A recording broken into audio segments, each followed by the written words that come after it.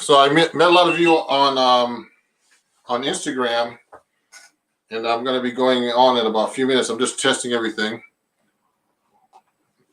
I'll be filming. If you need any music,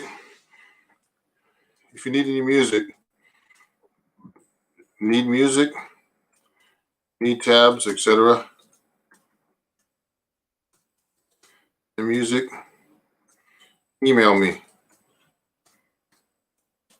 at ronjacksonmusic@gmail.com.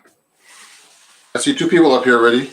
I'd like to thank all my guests and everybody from Instagram, all the new people I'm meeting. Let me get that out here. We just test out this guitar. I'm going to be using two guitars today because some people don't understand. I play 7-string guitar too, and a lot of people don't understand the 7-string. So I'm going to make sure I play that a lot. Let me move the camera back a little bit so you can see me better. So I'm using a mic and I'm using my amp, my Bulgari. I just got a new Celestion speaker. So now you can actually hear the amp now.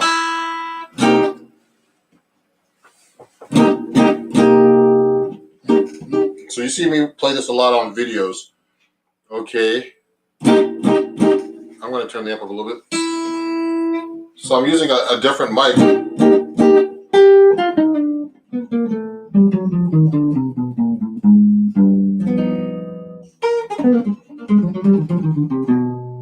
So we're going to be going over melodic minor today, just so you know.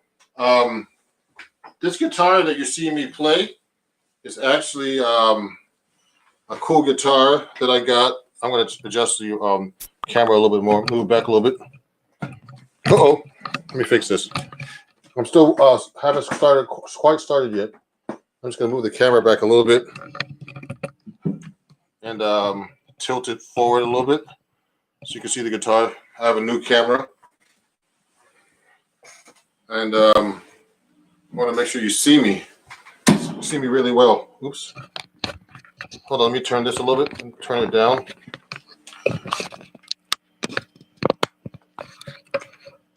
Okay. And put this down a little bit.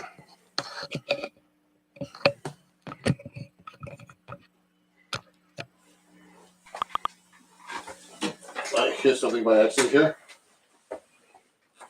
So make sure you can see me good. Oh, that's much better. So let me put this back on. So I see people up here already. Thanks for watching. So we're going to be going over the melodic minor today. So I like to use a melodic minor for certain things. For a lot of things, actually. And it's an advanced jazz scale. But if you have any other questions, please send it through Instagram chat. Okay? And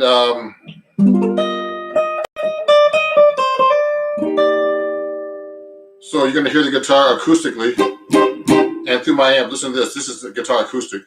Because I'm actually speaking through the same mic. So let me give you an example of how to use the melodic minor. So I'm going to be playing like an improvisational solo. And I'm going to throw some melodic minor in there so you could see how it's actually used in jazz or in general. Okay, let me see.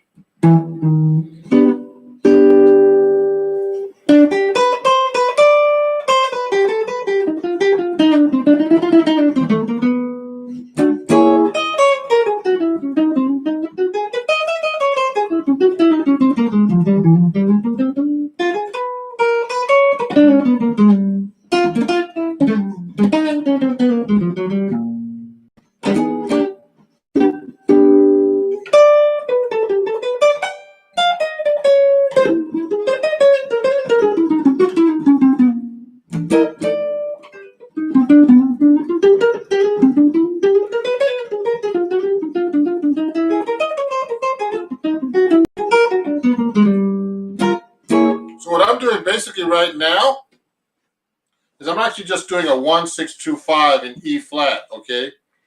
And I'm just changing everything into melodic minor. Now, everybody asks me, why melodic minor? They have a hard enough time with a major scale. You should know your major scale really well before you get into melodic minor, okay? And to get into melodic minor, the first thing you should know is all your major scales and every key and every possible fingering. So I actually have these exercises, 8 fingerings. I'm going to write this out for you. 8 fingerings of the major scale.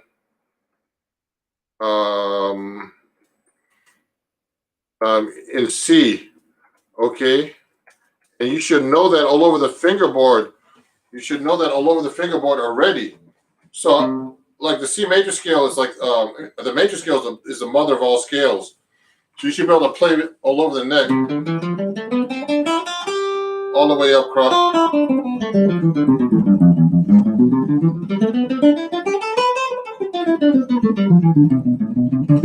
Everywhere, you know.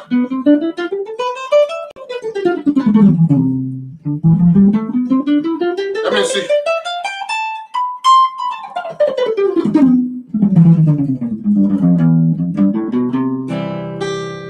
So I'm playing it everywhere, but the point is, you should know that already before you get into playing melodic minor scale, because the melodic minor scale is basically a C major scale with a lower third.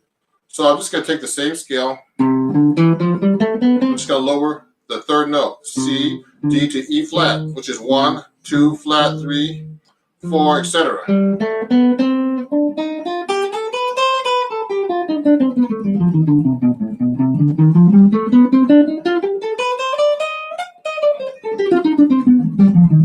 Etc. You know, I'm playing every possible finger. Not only the key of C, that should be much easier than going to, let's say, D, A flat.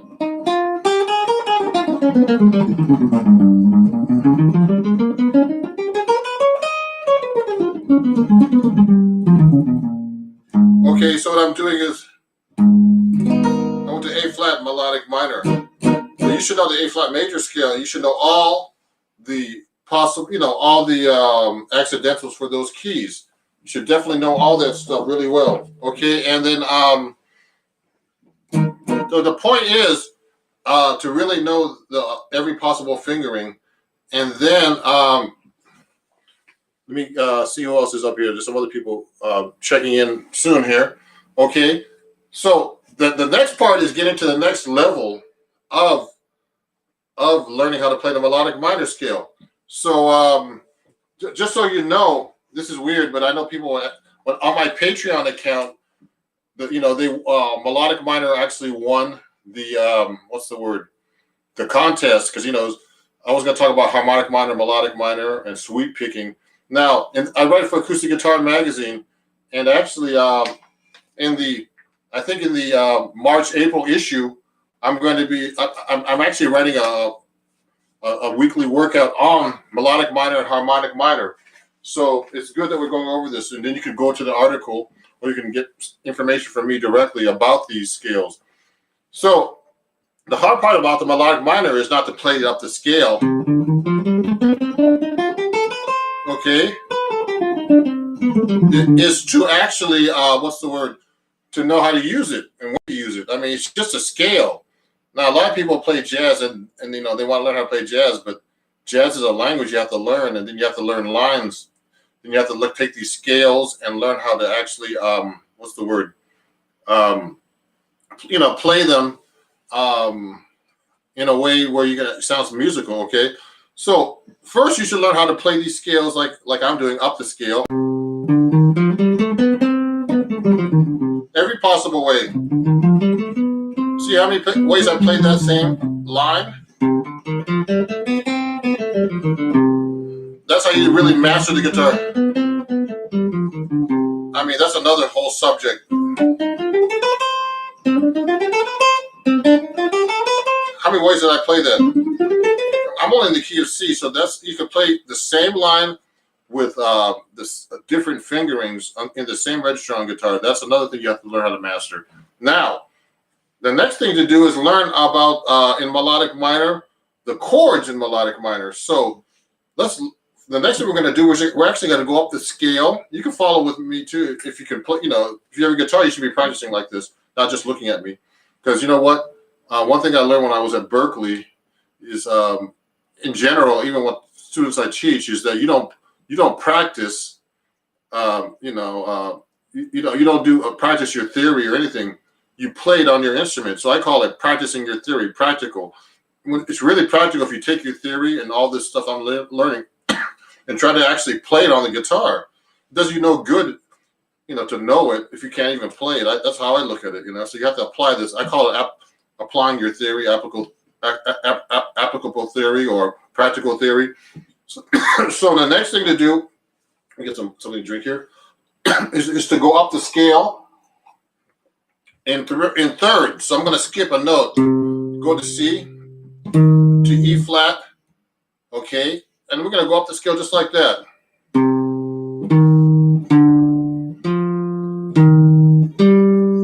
Now you should be able to do that in melodic minor, any scale. Skipping every 3 notes. Now you notice I'm not playing in the same position. I can stay on the same string.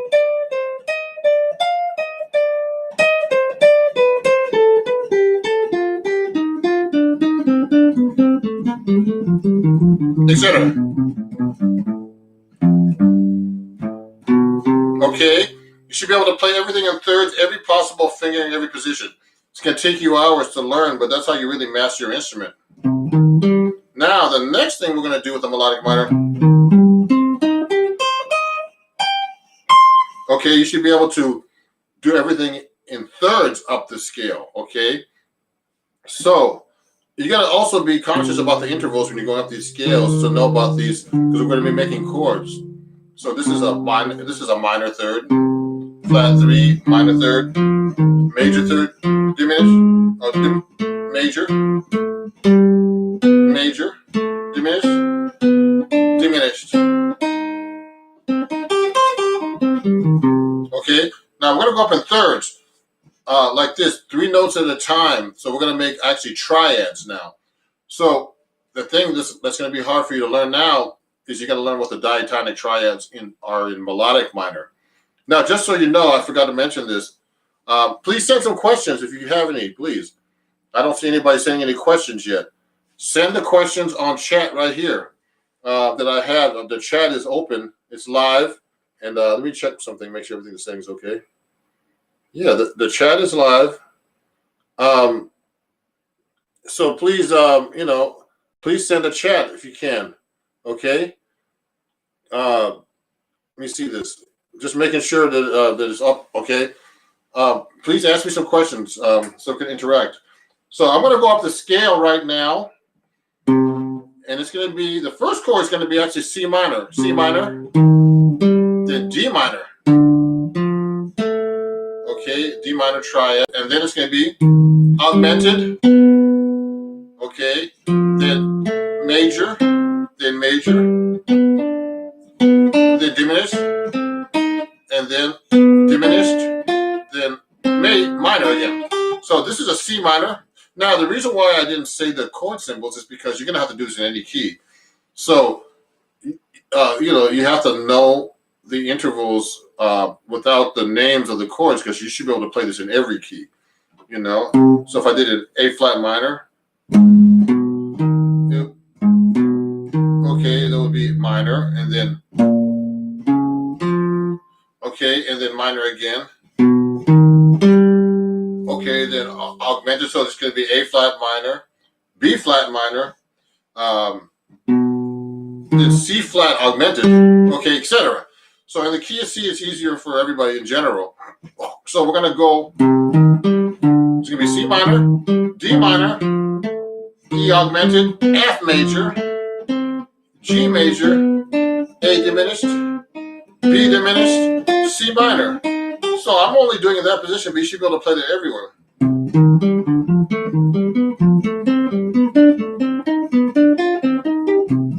See what I did? I changed position.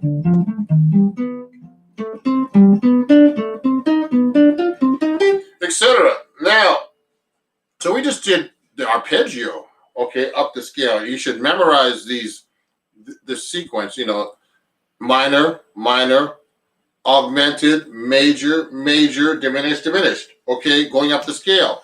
Now, the next thing you have to do is be able to play these as chords. So, I mean, on the guitar, it's fairly simple. We're going to actually play it as thirds, because thirds are easy to play across 3 strings on the guitar in general. So we're going to go C minor. So for people who joined us, this is the melodic minor. We're going to go C minor, D minor, E augmented, F, G. These are triads when I say that, okay? Just major triads. And then A diminished, then B diminished, then C. Okay, you should be able to play that up and down the neck. See what I did?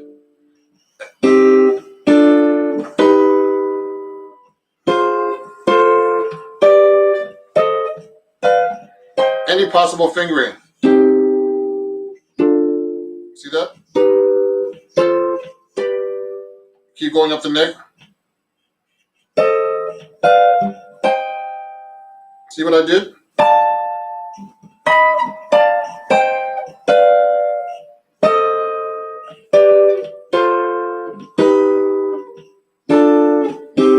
Okay, so those are all the triads for melodic minor. Now, these are very important when you want to write and play and be able to play these keys right now. Remember, for people who just came in, that you have to know your major modes and all the triads as well, okay? And we might get into harmonic minor today, but it might be a little bit too much for everybody. But if you can read about that in my next article on Acoustic Guitar Magazine coming up soon. And so the next thing we're going to do is actually work on the 7th chords going up, okay? So we're going to actually take the arpeggio. Now remember to be able to play arpeggios everywhere. In thirds, we're going to put up another arpeggio, okay? We're going to go. We're going to put an extra note in there, okay? And go up the scale. This gets tricky.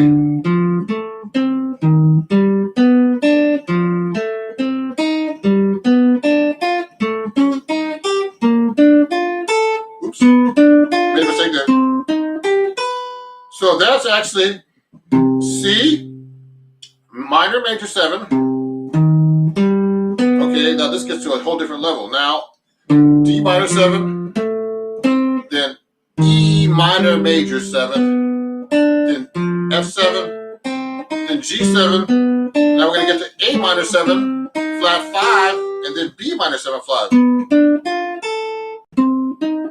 Then C minor major 7th again. So you should be able to play that all in position, for example. Let's start here. Give myself a challenge.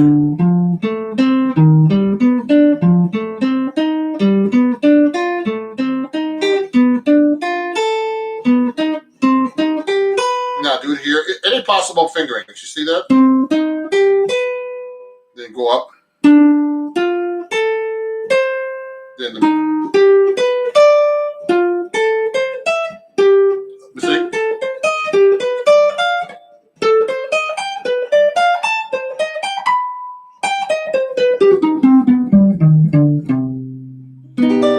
See what I did? So you have to be able to play that. Now that's just going up the scale. You should be able to do the same things you do in major now. You have to be able to go.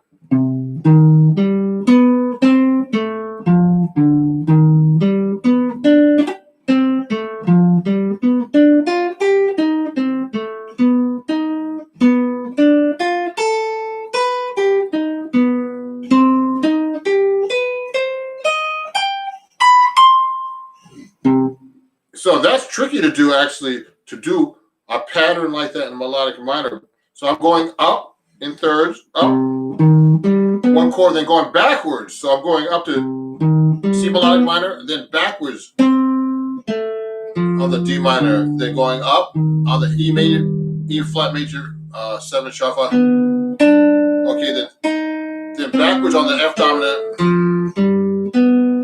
Now I hope I'm not getting too many people with this. Okay, so those are the arpeggios. Now you're gonna have to learn the chords as chords. The best way to play that is to use a drop two voicing because we can't play the chords. I can myself. You can play them in thirds. Watch this. You have to do a lot of stretching. Okay. Then I'm doing G dominant, minor major.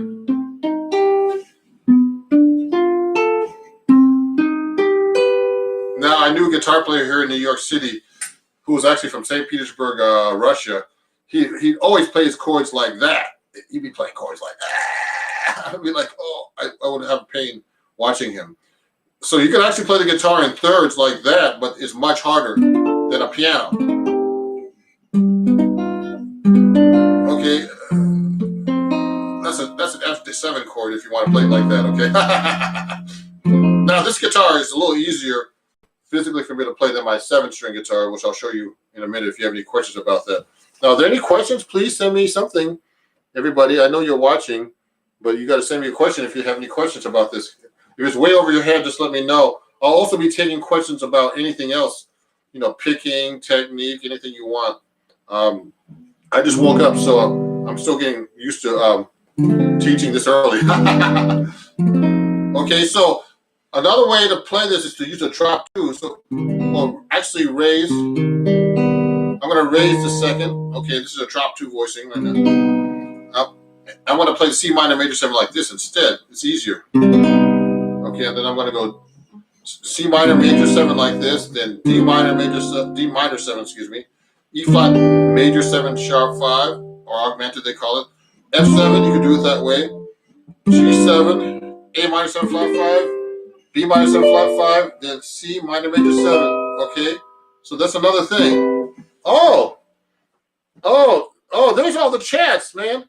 They're all coming up right now. Why are they delayed like that? Jerry.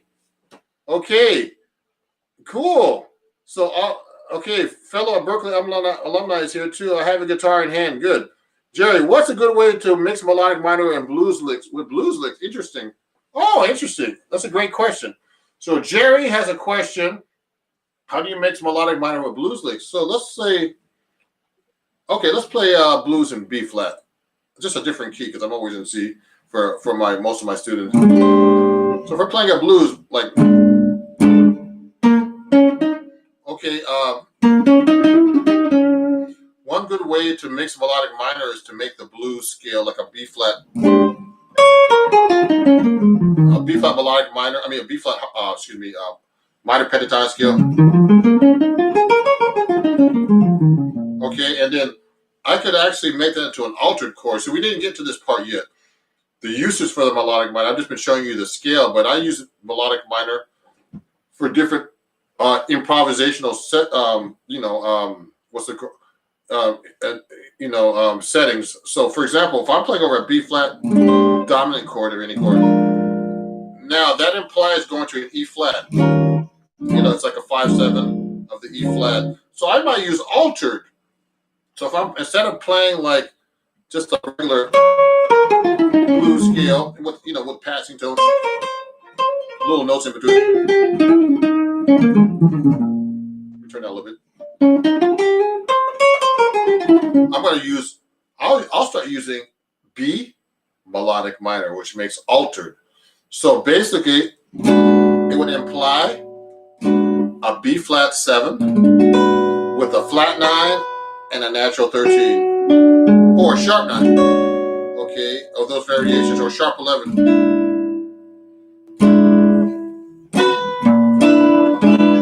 That's another one. Sharp 11, flat 9 with a sharp 9, etc. So I'm going to play B melodic minor starting on the 7th degree. So that means B, C sharp, D, E, okay, F sharp, A flat to B flat. So that's the same scale, but I'm starting on the 7th degree. So I'm going to go from the 7th degree of that melodic minor, which is actually A sharp or B flat. So we'll go. So that's a B melodic minor, but starting on the 7th degree to play over that scale. So that's called altered. I think another name for that is called superlocuted. So that's how I put it in the blues. So I'd make that into an alto chord. You hear modern players do that all the time, like John Scofield, you know.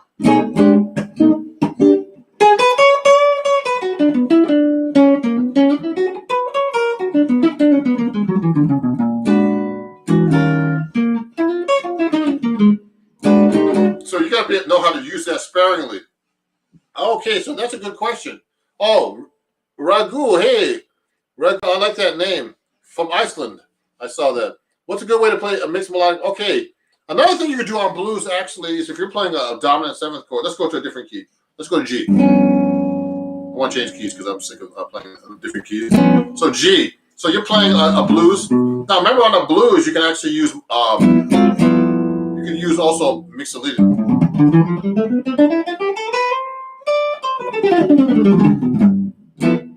Okay. Now what I like to do to use melodic minor, I like to raise the 4. So it goes G, A, B, C, D. Okay, that's mixolydian, and I'm going to raise the 4. So that implies a G7 with a flat 5 or sharp 11, 13, etc. Okay, and that actually comes from a D melodic minor, but you're starting on the G instead.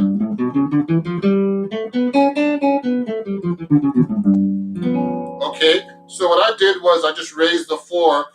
So it's called the Lydian dominant, that scale. Okay, so let me write these scales down. So you have the altered scale, altered scale. Okay, I'm writing these down for you guys so you can see them. Okay, and then you have the Lydian dominant, we call it, or mixolydian flat 5 or sharp 4, Lydian dominant. Now you have to know what these are before you have to know what the dominant is. The dominant is the same thing as actually a mixolydian scale. You have to know your major modes before you get to this stuff because this is advanced. And we haven't even talked about harmonic minor yet.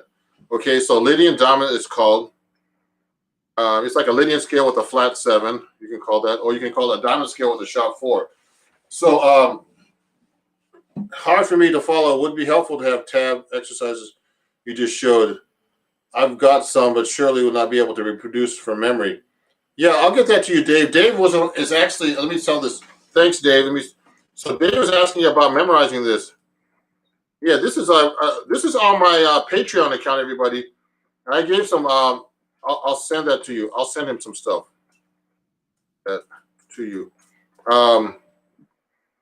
Now Dave is actually a Patreon, so he gets lessons from me, free because he pays a monthly fee. So so you know, I'm going to be selling these lessons about melodic minor, etc., for $1.99 or more. So just DM me at ronjacksonmusic@gmail.com to get the physical copy if you're not a Patreon. So let me see. There's some other questions. So I'll get that to you, Dave, when I get a chance. Okay, some lessons, and I'll try to put it on Patreon actually. So are these things in tabs? Yeah, Amura. Yeah, these are in tabs, and I sell these things in tabs. So for $1.99. So I sell these. Let me see. I'm gonna write these down. Sell these for $1.99 and up. Okay, and up on tabs. In tabs. Now, everybody, guitar players, just so you know, you should know these things by heart, okay? And you should learn how to read. Not use tabs. A lot of guitar players are using tabs these days, and those are one of the basic things I want guitar players to get out of is learning how to use tabs. You should know you should know where your notes are, and then tabs do you no good if you don't know what it even sounds like. So that's the problem with tabs that I have. I'm a real I don't want to say traditionalist, but a modern guitar player knows how to read anything. I can read tabs, but also I can read notes without any tabs. And so this is a good way to do that. Let me see. There's another question.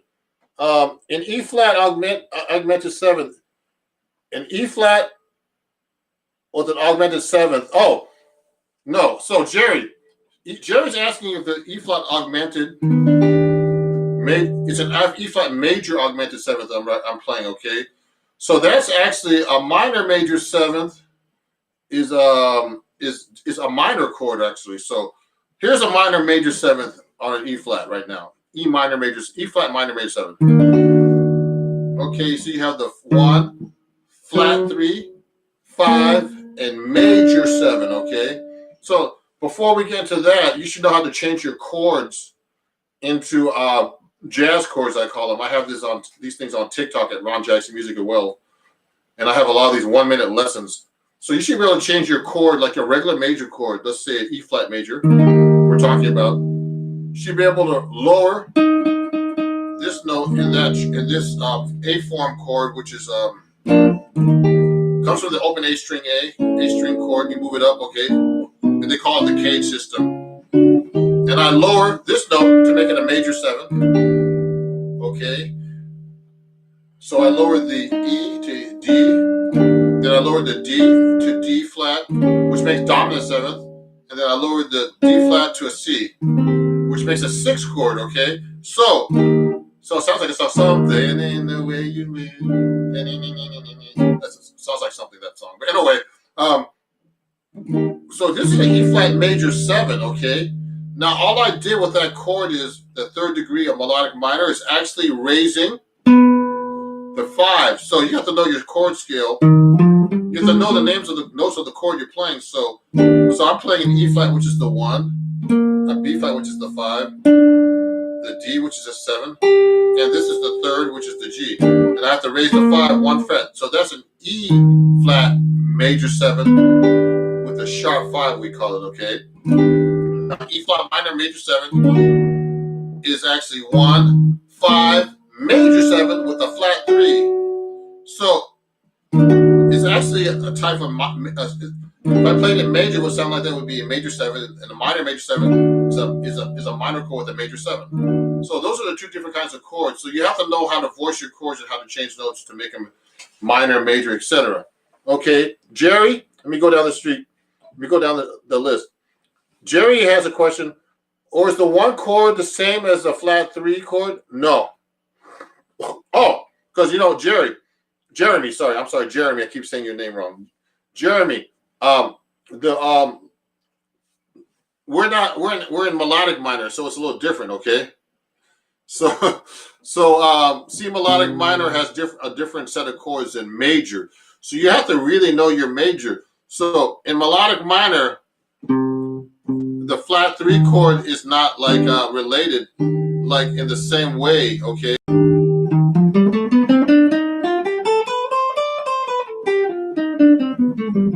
So I would have to think of that as E flat Lydian augmented scale, and then it doesn't work that way because we're in melodic minor now, so we're not thinking in major. So the intervals are different.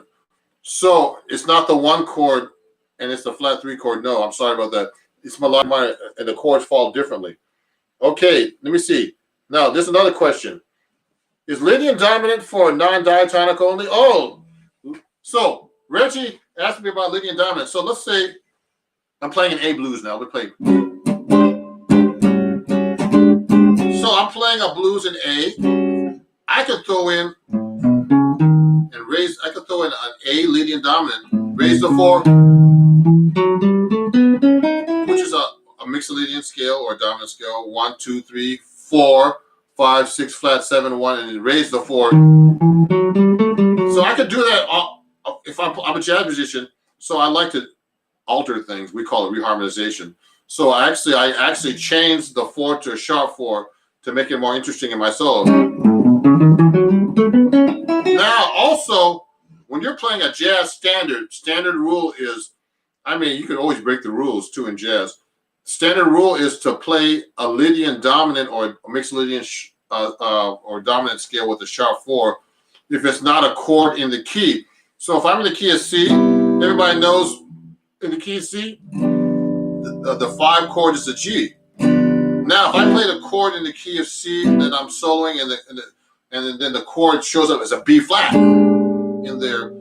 So that's a non-diatonic dominant seventh chord. Now, non-diatonic means it's not in the key of C. Only dominant seventh chord in the key of C is G7. Okay, I usually would play a Lydian, a dominant chord with a sharp 4 or Lydian dominant, which comes from melodic minor.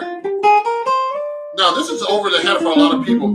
This is kind of advanced, but this is a technique we use in jazz. So usually a non-diatonic dominant seventh chord, you would play a Lydian dominant, which is from the melodic minor. So a B flat dominant skip chord, okay. The Lydian dominant is actually F melodic minor. You hear that? Do, re, mi, fa, sol. Now remember, the melodic minor scale is a major scale with a flat 3. Now in jazz, we played up and down. Up. In classical, they go back down. Oh, sorry. They lower the 7th and the 6th down. So that's 1, 2, flat 3, 4, 5, 6, 7, 1. So you can apply that to any key. That's why we have degrees like that. Okay. Oh, Jeremy, contact me I see Jeremy's question. I'm going to go down the list here. Yeah, contact me to get these tabs, okay? My PayPal is ronjacksonmusic@gmail.com and Venmo is Ron Jackson Music. I'll put that all at the end, okay? I'll purchase that thing. Oh, Ron Girls will purchase that too. No problem. Ditto. Thank you, Dave. So it makes much more sense. Oh, thank you, Jeremy. So if you want to purchase these, I'll give you my PayPal, which is at Ron Jackson Music. It's my email, ronjacksonmusic@gmail.com. I'm going to keep going here. I want to take other questions about my 7-string. I'm going to pull that out in a second at gmail.com. I'm writing this down. Sorry, guys. .com, PayPal.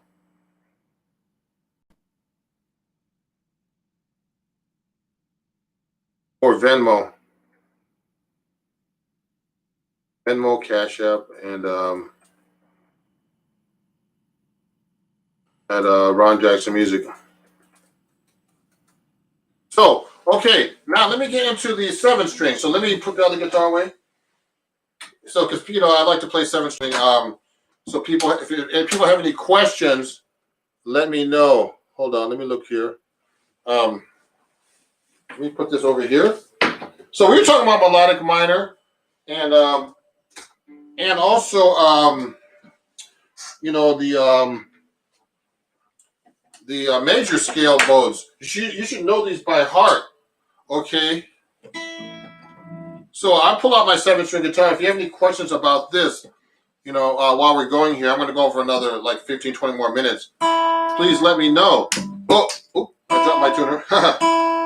So, and also the equipment I use and everything that I broadcast with, people like to know about this kind of stuff because they might want to do that one day. Okay, so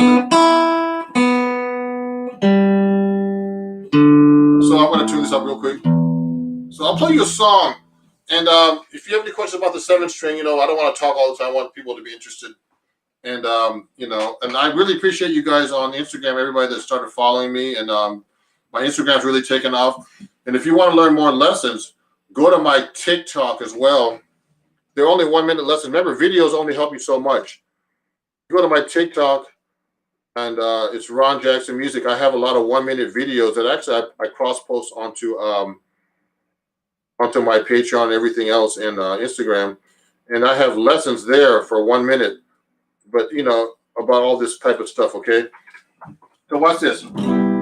So here's a 7-string guitar.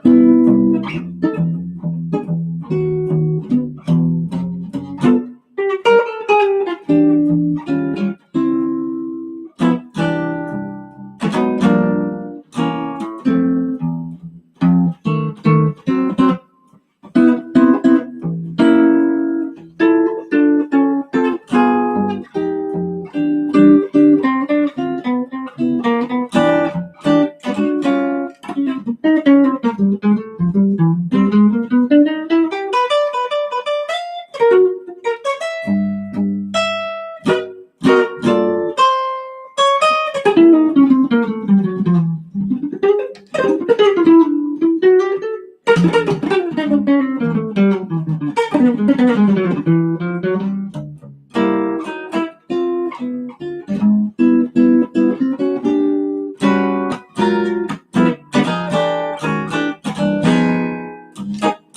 this is a 7-string guitar, everybody. So I'm trying to get more people to get into this instrument. My late guitar teacher, Bucky Pizzarelli, who passed away from COVID earlier this year, played 7-string guitar and got me into it. Now, 7-string guitar is used a lot in rock and progressive rock music, and we tune in jazz with a low A. Okay, now usually in progressive rock and other styles of music, they tune to a low B, and in Brazilian music, they tune to a low C. So I have a standard tuning guitar right here: E, A, D, G, B, E. Elephants are darn good banana eaters for those kids out there. Okay, and and I have a low A note here, and it's really great for learning, playing really low chord. Okay, it's a really great sound to have, and you can play piano music and all kinds of other stuff. So if you want to get into 7-string, let me know, and it's all on my Patreon too. I have 7-string lessons for both people, really basic stuff to get you into it, and then I'm starting to introduce chords and introduce ways of playing melodies and solos on your bass string.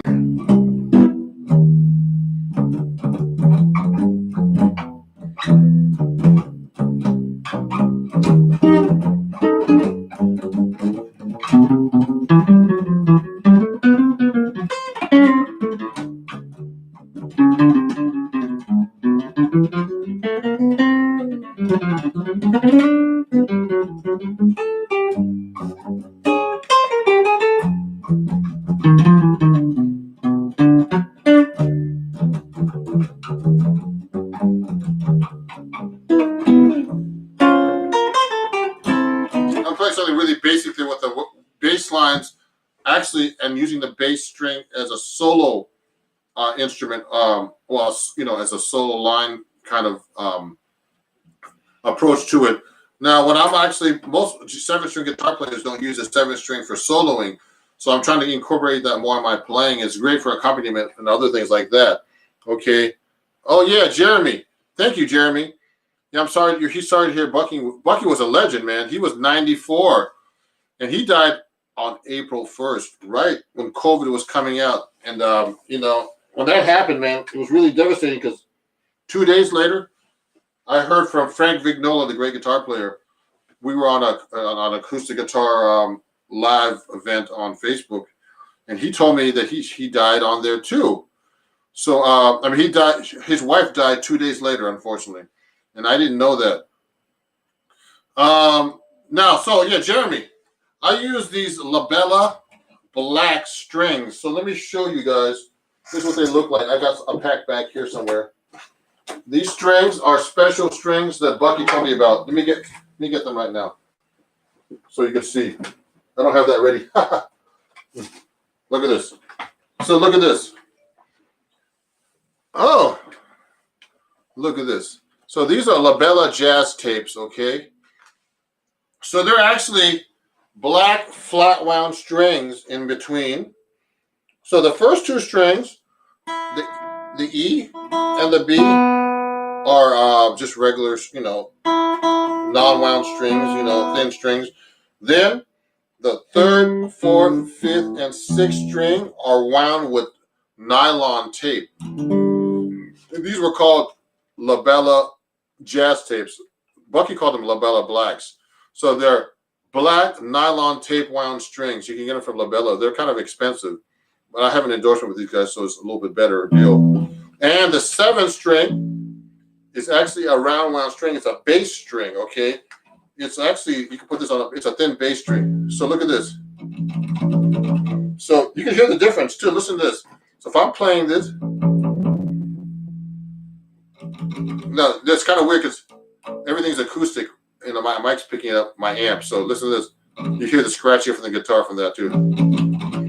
If I scratch sideways, I play the George Benson picking technique. So on a round string, it doesn't work too well. You have to hit straight. But the rest of the strings are round wound. Hear the difference? So, it's a 7-string round wound. Yeah, these are awesome. Yeah, they're good strings. You play 7-string, Jeremy, I guess. Yes? I guess so. If you play 7-string, let me know. I mean, I'm looking to help other guitar, have other people study 7-string with me to get the word out, especially in jazz. Okay, now let me. So this is a 7-string guitar. So I wanted to show you guys that a little bit during the live lesson here. Now let me get back to the melodic minor and see what the uses are. I'm gonna remember to review your major modes, etc. before you get to melodic minor. Okay, it's a very important scale. So I want to show you a couple of different ways I use melodic minor in my soloing. So let me get back to my 6th string here. So when I'm playing melodic minor, hold on. So let me take the strap off here. So let's say I'm playing like a song like My Shining Hour. So when I'm on the E flat major 7, now that's when I like to use melodic minor. So like I like to go on a major 7th chord. When I'm a jazz musician, I can actually play like a regular major scale on this E flat major. I like to raise the 4th to make it Lydian,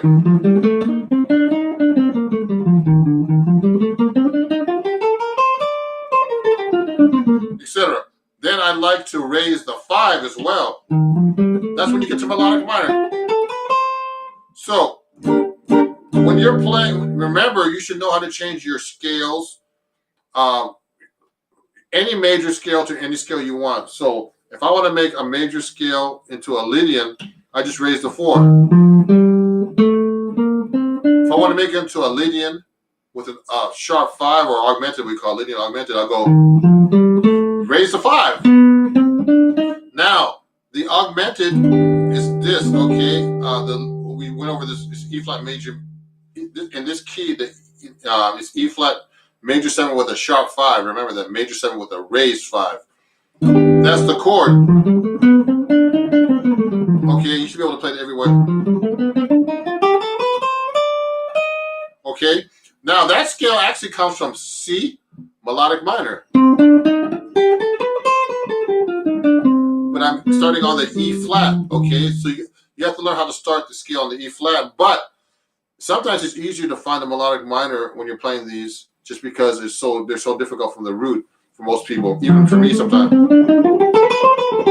So what I did was, this is kind of easier because I know how to raise a 4 and a 5 on a major scale.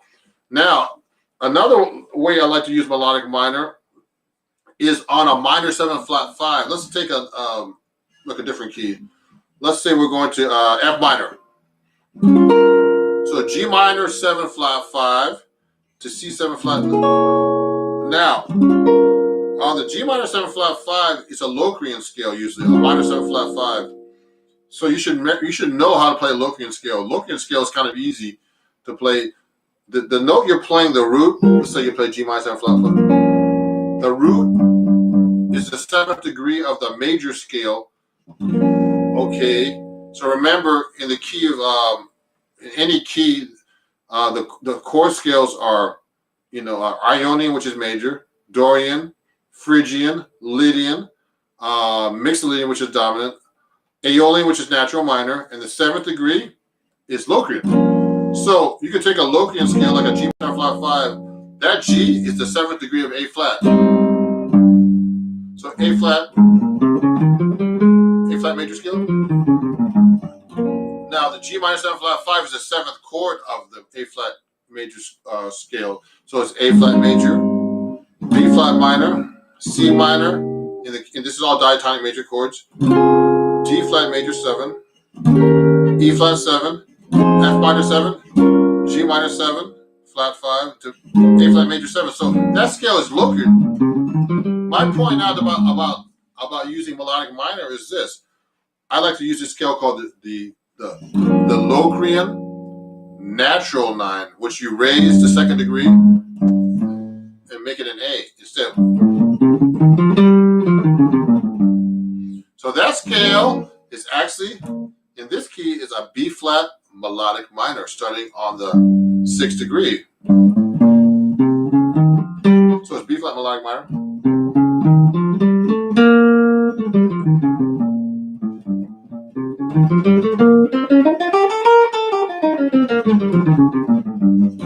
So I like to use that scale. So if I'm doing like in jazz, I don't know how many people are advanced in jazz here. When I'm doing a minor 2/5, so I'm going G minor 7 flat 5 to C 7 flat 9. Okay, and then I'm going to either major or minor, ending on the, so G minor 7 flat 5 to C 7 flat 9 to F minor, for example. I could use on the G minor 7 flat 5, I could use a G Locrian natural 9. When I get to the C 7 flat 9, I could use a C altered, which is a D flat melodic minor, and then use, and I can use a melodic minor on F minor, F melodic minor. So that's very common to use melodic minor on like a minor 2/5 progression, which is minor 7 flat 5 to dominant 7 flat 9, 2 minor 7 flat 5, 5 7 flat 9 to 1 minor 7. Okay, that's a 2/5. So remember that. I'm going to write this out for you guys anyway. I have some lessons about this already, advanced. So that's a very common use of the melodic minor, okay, in a jazz, for example. So we talked about a few different things. We talked about the melodic minor used on a major 7th, okay, in raising the 4th and 5th. Okay, that's a type of melodic minor, which is what they call it, a Lydian augmented. Then you could use it on a dominant 7th, like any dominant 7th chord, and raise the 4. That makes a Lydian dominant. That's the 4th degree of the melodic minor. We talked about altered, which is the 7th degree. Okay, and then we use a Locrian natural 9, which is actually the 6th degree of the melodic minor. So, and these are used on different kinds of chords. Let me see if there's any other questions. I see some. Oh, I'm sorry to hear. Okay, I will have to give me a said that's awesome, Jeremy. For rock and metal, but never approached it for jazz. Oh, cool. So Jeremy, you play rock and metal. Cool. I'll check you out. Cool. Now, so we went into let's just review real quick. So remember to know your melodic minor scale in thirds and know the triads. Okay, so it's 1 minor, 2 minor, 3 flat 3 augmented. These are just your triads. 4 major, 5 major, 6 diminished, 6 diminished. Just the triads.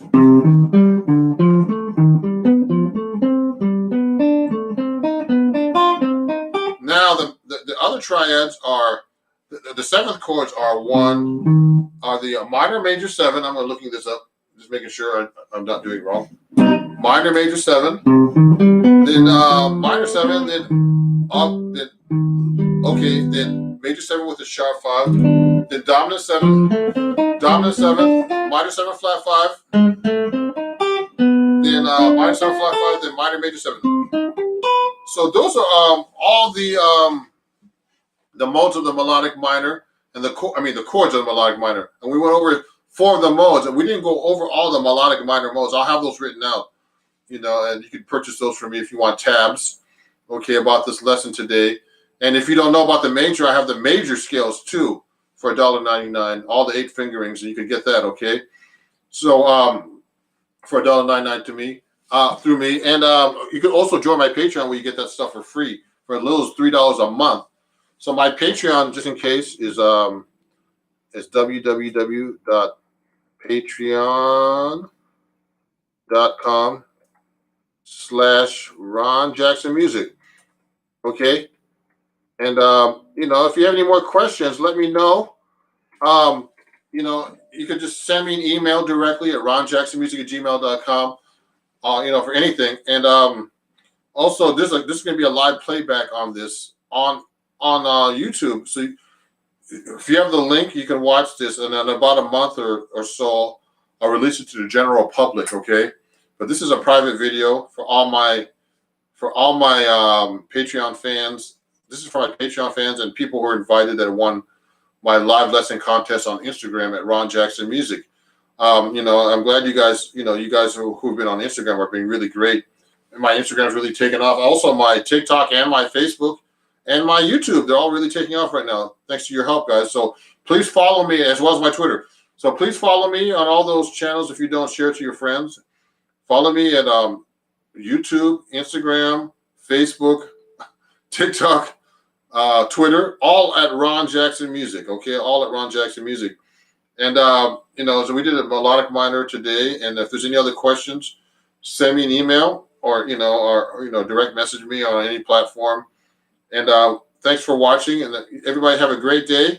And I'm gonna go take a break and maybe record some more videos for all my channels and stuff today. Okay, thank you everybody for watching, and it was really fun, and you had some great questions, and I really appreciate you guys.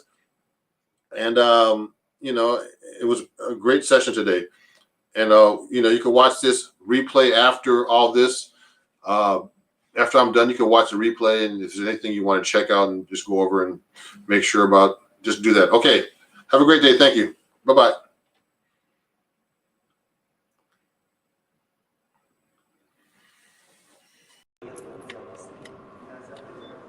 How's everybody doing? It's Ron Jackson here, and I'm live here at Inglewood Hospital. I have a solo guitar gig here every couple of weeks, every week. Sometimes on a Thursday, sometimes on Wednesdays, or both. We're trying to figure that out right now. So I just do solo guitar. And so, right now, I have to wear a mask just because I'm in a hospital. So, if you have any questions or anything, let me know. I'm going to get started here. I'll do a little warm up here. Let's see. Let me do a song that you guys might know. And use a little bit closer.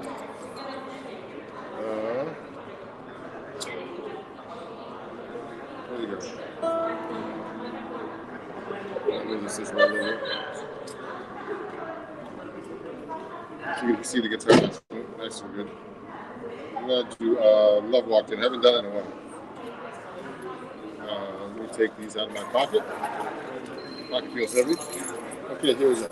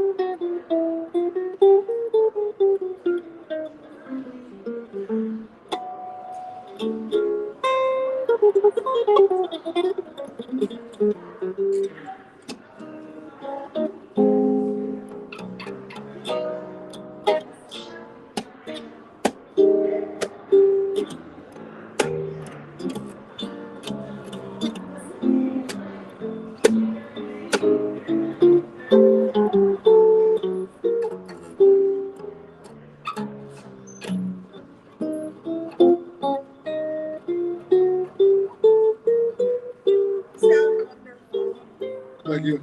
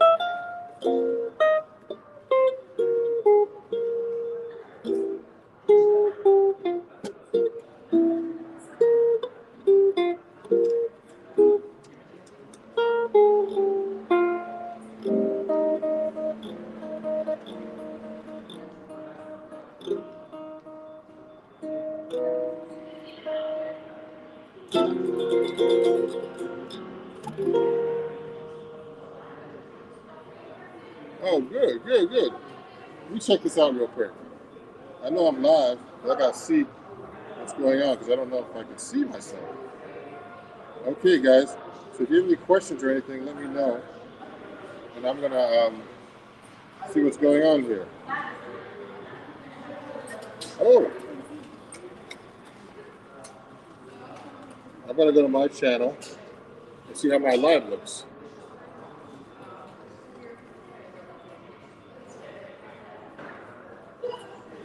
'Cause I don't see anything or anybody talking yet. Hey, how everybody? Oh, hi, Leo. You guys can see me and hear me there. Good. I'm actually live at Inglewood Hospital, Leo, and I'm doing good. I'm just getting warmed up, guys. I was in California a couple of weeks ago, and what happened was, I've been busy doing my regular stuff, just working on my business and my websites, my music, and I haven't had much time to practice. But now I'm gonna play for you some songs, okay? So let me look at my song list here. I have it on my phone as usual, and I'm at Inglewood Hospital. I play here in New Jersey, and I play here once a week if I'm in town. So let me do something. Let me do another song that I haven't done in a while. Let's see if I can do this. Let me turn the bass up a little bit here.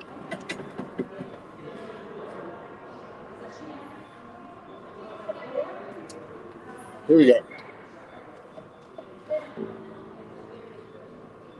Where are all the comments? I don't see the comments here streaming up. It's okay. It's kind of weird. I only see them if I go here. Here we go. Let me pin this. Let me pin you, Leo.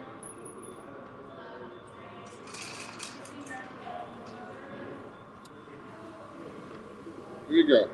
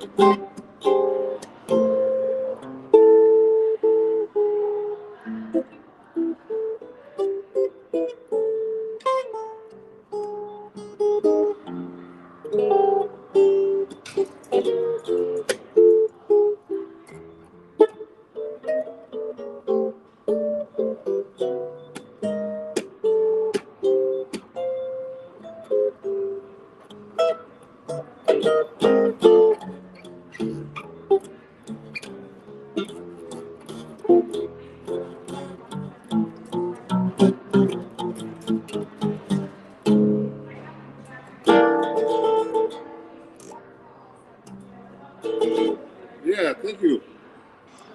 Hey guys. Oh, you move back over here, so I'm almost hitting the wall. My guitar. So if you want to ask about my guitar or anything, hey. Oh, hey Simon. Um, Great to hear from you guys. I'm playing solo guitar gig right now. Thank you for watching. And he had a question about not many seven-string guitars for sale in UK. Really? Well, contact me at ronjacksonmusic@gmail.com, and I could tell you how to get a seven-string guitar. But this is a handmade Benedetto. You can't really see it. Look at this. It has 7 strings, and it's a really great guitar actually. And it's a handmade guitar, so they're really hard to find. Let me pin your comment. And so they really exist, but you have to look for them. Eastman guitars I play Eastman. Sometimes I bring them out, but I don't think I use my Benedetto from now on because it's like a superior guitar. But they're expensive. But you can get an Eastman guitar pretty good, They're really great guitars, Simon. And Leo. Oh, Joe Ravi. I know Joe Ravo. I know Joe. I haven't seen him in a long time. Joe, I haven't seen in a long time. I used to hang out with Joe in New York, Leo. Let me pin your comment if it lets me do it. And so, yeah, Joe Ravo, I haven't seen in so long, guys. And he's really a great guitar player, from Broadway shows and stuff like that. So I got to be careful with my guitar because I have my dentist thing. So let me play another song for you. Keep going, guys. Yeah, Leo. Yeah, that's right. Joe Ravo. Yeah, he's a great guy. I'm friends with him, but I haven't seen him in so long. I remember meeting him about doing Broadway shows when I first went to New York and all that stuff. But I don't do any of that stuff anymore. I quit playing that stuff and doing my own thing now. So, really great guy. So let me continue with the song, guys. If you have any questions, send them to me right here on YouTube. I'm live in different places too as well. Let me see what. Let me look at my song list here. I have so many songs, and let me see if I can do something maybe in Latin or French even. Hi. And let me see. See if I can play this one. I haven't played it in a while.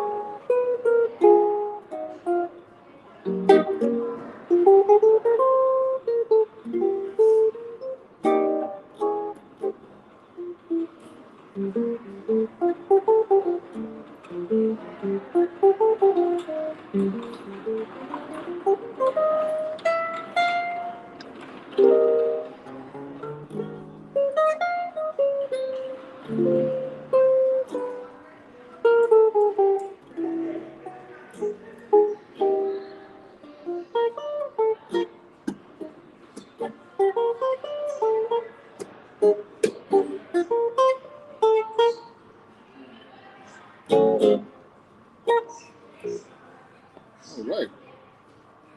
So that was called C'est si bon, a French jazz tune. You see how my friends are doing over here. Thank you for watching, everybody. Oh, 5, 4, 3, 2, 1, Liz. Hey, good. Oh, so Oscar, can you play No Moon at all? I don't know. I played that before, Oscar Ortiz, but I don't know that one really because I just don't know the song. I played it like with singers, so I don't know the melody. I could put the chords out, but it wouldn't be good to play that song. Sorry about that. Who influenced you the most on 7th string? I think Bucky Pizzarelli, my guitar teacher, Simon. It's a great question. So, thank you guys. You know, I appreciate you all. And if you want to, you know, help, you know, check out my YouTube and everything and follow me on bands in town. If you want, I'm going to be trying to come to England soon, Simon, etc. You know, and if you want to, oh, you sent my info to, oh, great. To Ravo, yeah, I think Joe has my number, but I haven't talked to him in so long. So yeah, Bucky Pizzarelli influenced me the most because that's who I studied with. That's how I started playing 7th string. Ralph talks about George Van Epp, if spelled correctly. That's his name. Yep, that's who Bucky studied with actually. And George Van Epp to a little A string here. And Simon, yeah, I do a lot of the Barry Harris method.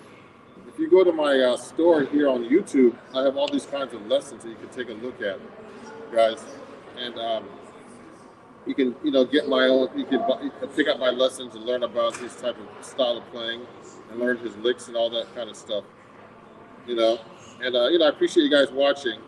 And also, if you enjoy my content, I have a super chat there, and you know, PayPal and those other things if you want to help support my music and everything. And let me go right here and actually play something.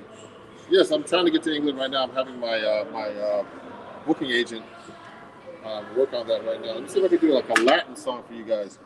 Okay? And I don't know why I can't see the chat on Facebook. I'm sorry, guys. I don't know why. But let me continue now with another song. We're gonna go here for about an hour. Let me see if I can find like a nice Latin type of song for you guys. Let me look at this right now. Okay. Oh, I haven't played these in a while. Let me do this one. It's been a while since I played this. Let's see.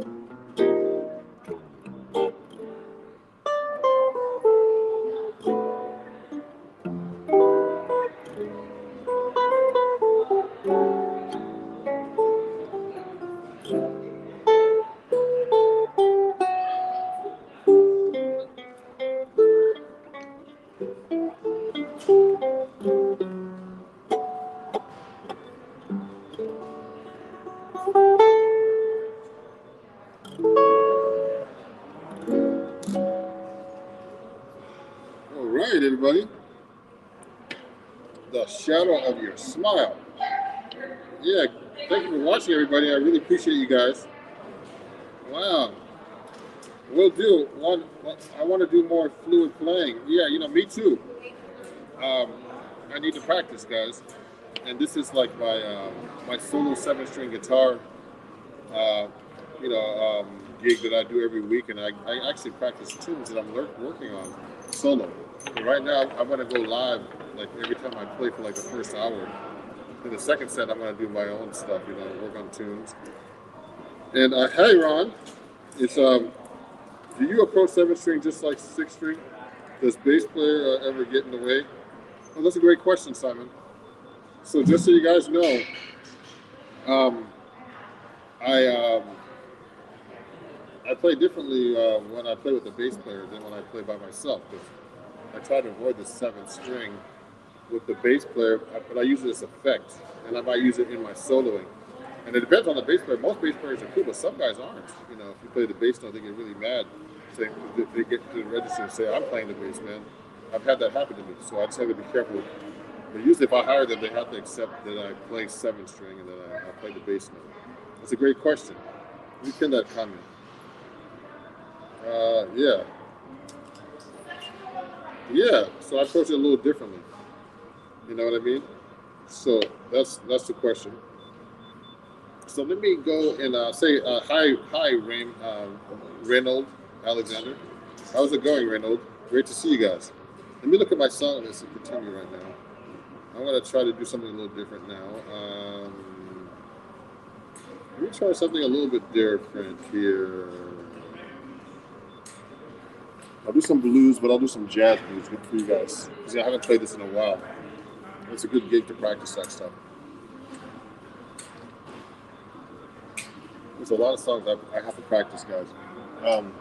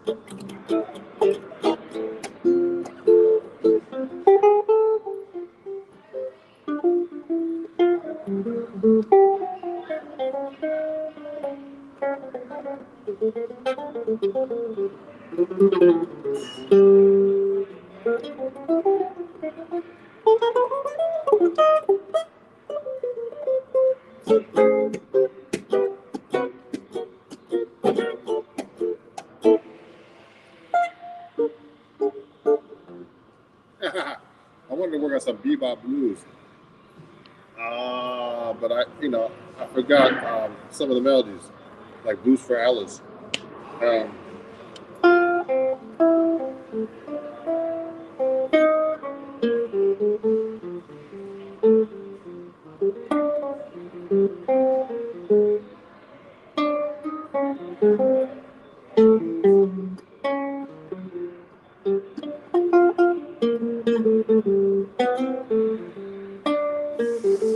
yeah, I used to know Blues for Alice. That's one tune I never really learned.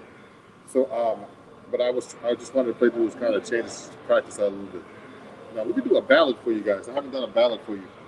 And if you have any questions or anything, let me know. And I'll keep playing otherwise. Ah,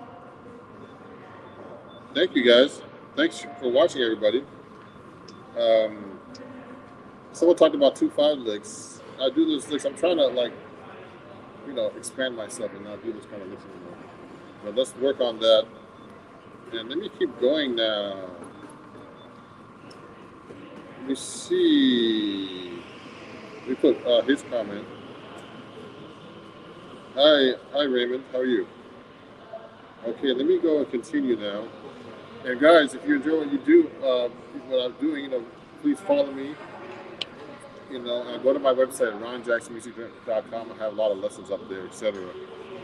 And let me continue with a few more songs before I take a break and have lunch. Let me see if I can play a couple of other songs before I finish up here.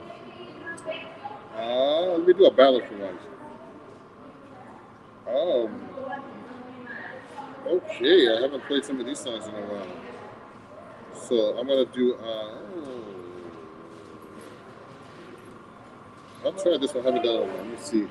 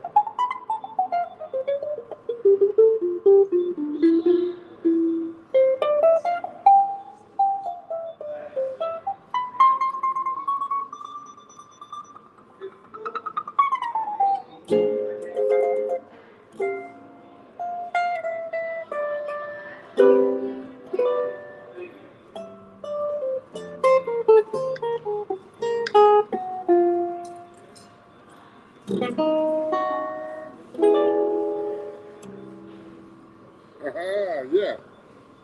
That was called "You Are Too Beautiful." I haven't played that in so long. This is a great little gig solo guitar to be able to do that. So, oh, I best start slow. I can't play scales fast yet. Yeah, Simon. Yeah. So when I'm playing though, just so you guys know, when I'm improvising, I'm actually not playing scales. I'm trying to play lines, jazz lines. So eventually, you have to start learning how to play jazz lines, not scales. You have to learn your scales. But the best way to get this together, guys, is get a teacher. Like I've always had teachers. They can tell you, well, you're not doing this right, or you got to do this right. And so you can't just really judge yourself. So I teach people online from everywhere in the world who are really serious about doing this kind of stuff. So I'm gonna probably do one or two more songs. And Simon asked for Bluesette, which I haven't done in quite a while. Let me pin this message. And I appreciate you guys. If you want to, if you're enjoying what you're hearing, please, send me a super chat, or if you like, um, and you see my different things that I do here, different donation options, and I really appreciate you guys.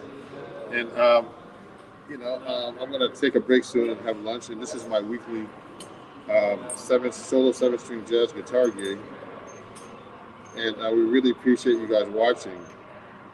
And especially from all over the world. I see people in England, and I'll be going live again tomorrow here at the same channel, doing the same thing. Okay. So here, let me get started and do another tune for you guys. Right now, let me think about this for a second though. Oh yeah, lose that. I'm gonna sip my coffee and get started. Thanks for all the great questions, and talking about scales and old friends like Joe Revo. Let's see if I haven't done this in a while. Before I start, let me tune my guitar a little bit. Let me take a little bit of the treble off too. There's a little treble. Let me see.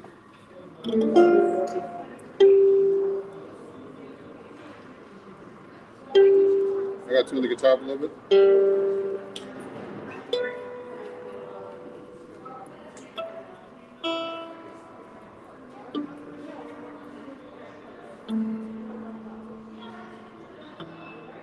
So standard tuning with the low A.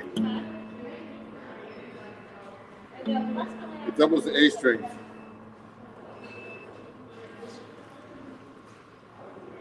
So let me do a little bluesette for you. I haven't played it.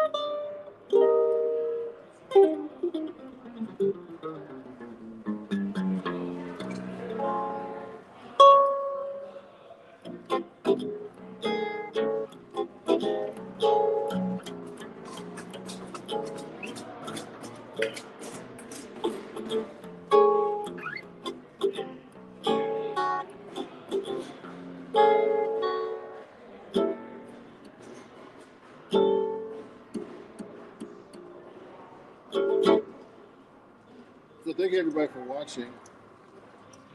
Thank you. And it's Ron Jackson here. Appreciate you guys. I'll be back tomorrow going live. I'll be going live a lot these days. And thank you Simon and Raymond and everybody that's watching, Leo, Oscar, anybody else who made a comment who might be watching. Please follow me at Ron Jackson Music everywhere. Bands in Town, Facebook, Instagram, YouTube, Twitch, Twitter. I'll be coming to your country soon. I'm going to be going to Europe to perform very soon again. And I'm trying to get to England and many other places and all over the world. So thank you. I was just in California. I really appreciate you guys. And let me see what else is going on here. We'll be talking soon. I'll be going live tomorrow at noon. Again, solo 7-string guitar from the same place here in Inglewood Hospital, New Jersey. And thanks everybody for coming out and watching. And we'll talk soon. And thanks, Simon, and everybody. Have a great day. Bye-bye.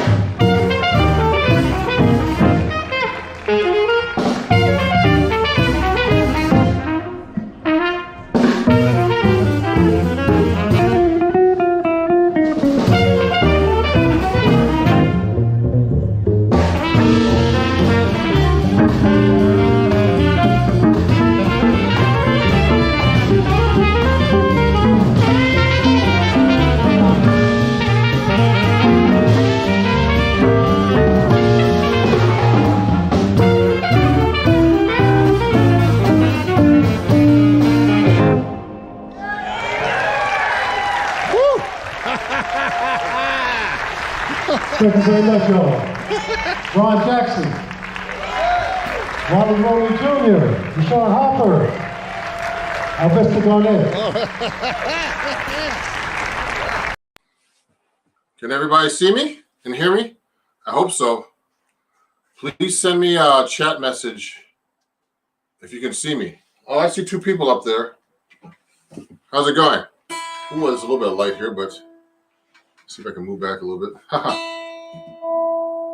So today we're going to talk about walking bass lines and chord melody. So let me play you something to start. So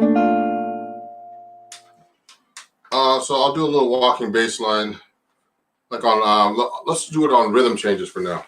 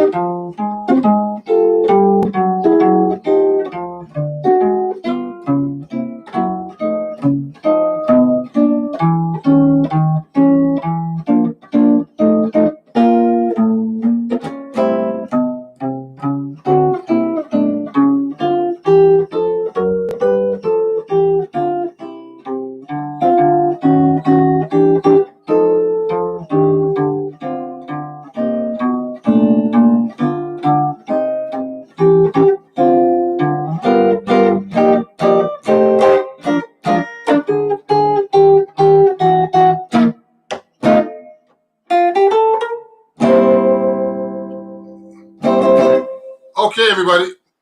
Well, thank you for watching. And I'd like to invite everybody to ask any questions about my walking bass and chord melody workshop I'm doing today. Well, I'm happy to see about 6 people watching today. I'm happy.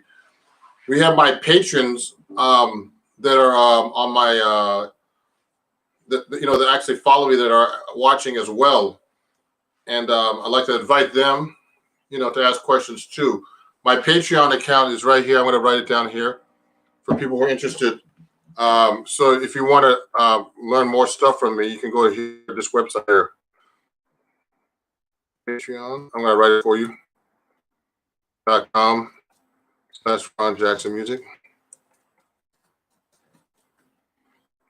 Oh yeah. Oh yeah. So Reggie's here. One of my students, Reggie, great guitar player, all the way from Long Island. He's asking a question right now. And it's actually, the question is, do I use the 4th string for bass lines or the 5th and 6th string? So most of the time I use most of the time just the 5th and 6th strings, but I use the 4th string once in a while. So if I'm doing rhythm changes like this.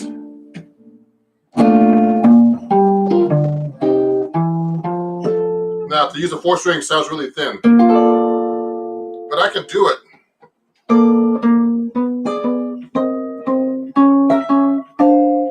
Hear that? So, I can do that right now. Watch this. And also, so it's rare that I use it though. And it's funny because I play 7th string. I want to play 7th string for you guys a little bit so you can see. But when I start using the 4th string, it gets kind of thin.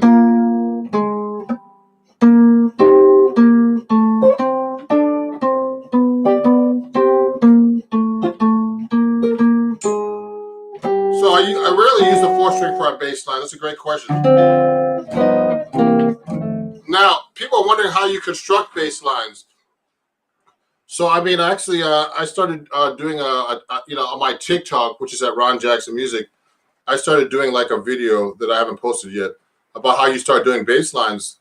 The most important thing about a walking bass line in jazz is that you keep just a steady beat on on 4 and emphasize the 2 and 4. So it's like you gotta keep that going all the time. Now and then you gotta do. Of course, you're gonna have to fill it with a comp. Okay, so I'm going like this. Let me turn this way so you can see better. So I'm on the 5th fret. Oh, excuse me, the 6th fret of a B flat chord. You could just do a B flat dominant if you're playing along, and try to keep a steady beat. So if you take a blues, so all I'm doing is quarter notes and holding the chord for holding the chord for 1 beat or 1 measure. Sorry, 4 beats. It's early for me. That's hard to even do. You notice how I emphasize the 2 and 4 at the same time?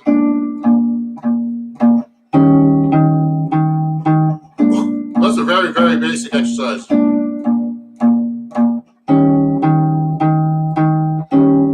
I'm just doing 1-4-5 blues. You should be able to do that with just quarter notes. Now I can add. I can do it on the 1st string if I want. It sounds thin though. Sounds really thin to me.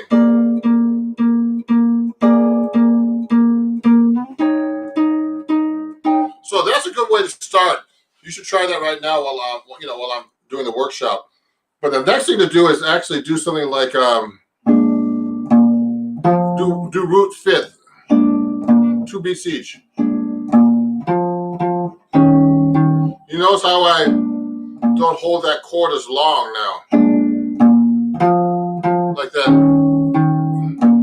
Notice I'm going to the 5th from the E flat to the 6th string.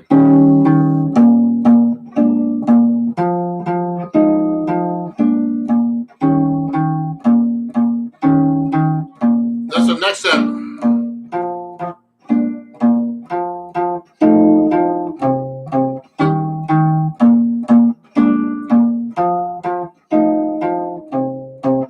See how I'm doing that? You should be able to do that. That's very, very basic for a bass line. And the hard part is doing the comping on top. Now, if there's any questions, I don't know if you guys know how to do this on YouTube, but send me a chat, just like Reggie did, about if you have any questions about this. We're going to go into chord melody soon. Okay. Oh, Jake, man, when walking, do you target certain notes? I'm decent at basic walking bass lines, but when it comes moving up and down in steps, I find yourself using certain inversions, etc. Well, yeah, you know what, Jake, sorry. What happens is I'm using a bunch. When I start doing walking bass lines, I do a lot of combinations. I mean, there's different things. So I'm starting with the root 5th, but then if I'm doing like a walking bass line on a blues, for example, in B flat, I'm actually doing a combination of things. Approach notes. So bass note, approach from the bottom, then approach. I'm doing an approach from the bottom. Then I'm gonna do a 2-5, I guess. So what I can do is I can actually do a chromatic approach from above. If I'm doing F minor to a B flat, I can do like an approach, a half step above and go down, or half step from below. Now, if I just do root 5th, I can do that.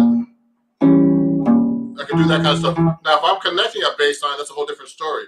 So, I learned this from transcribing bass players. You can go up the neck. You can go up like this. Now, I'm just going up chromatically to that neck note. You see how I'm going down? I went from the E flat to the flat 7, then went back chromatically down to the B flat. Then I'm going to go down chromatically, go from the B flat to the flat 7 of the B flat, which is A flat. Then Then go to the F minor. Then I went up the scale.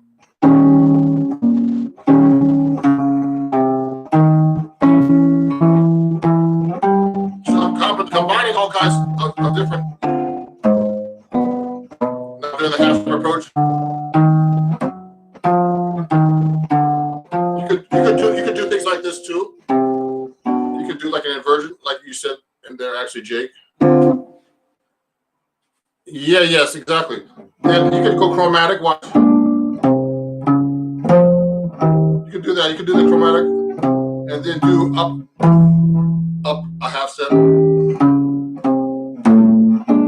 It's whatever you can actually think of to find. Sorry.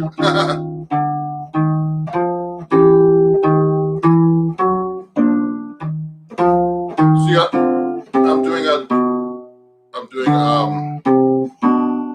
I'm actually doing the inversion with the bass line. See what I did a half step above? Now I combine fifth. What I do too is I do tritone substitution a lot.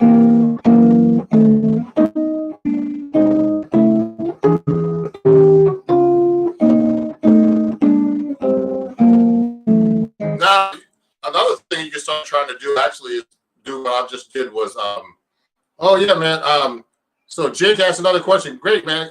If anybody has any questions, be like Jake and send some questions. Sounds great, man. Yeah, the tritone subs helped me with chromatic comping. Yeah, that's it. So we're just doing, when you start doing chord changes that are more complicated, Federico. Oh yeah, so do you play the chord over the first beat? You don't have to, Federico, you could just go. Now, the hard part is doing a bass line with different comping rhythms. So if you're doing a basic comping rhythm, is a Charleston like this. It's like Charleston. Charleston, Charleston. So it's like 1, 2, 3, 4, 1, 2. So it's on the first beat and then and of 2.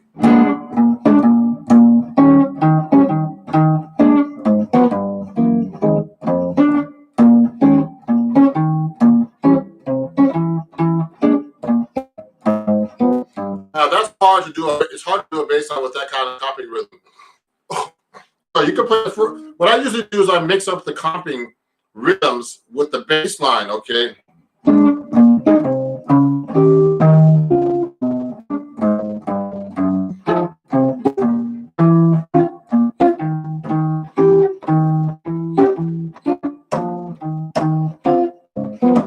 Oh man, that's hard to do.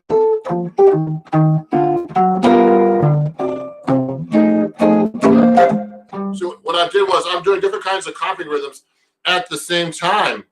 And I like this one. I like going.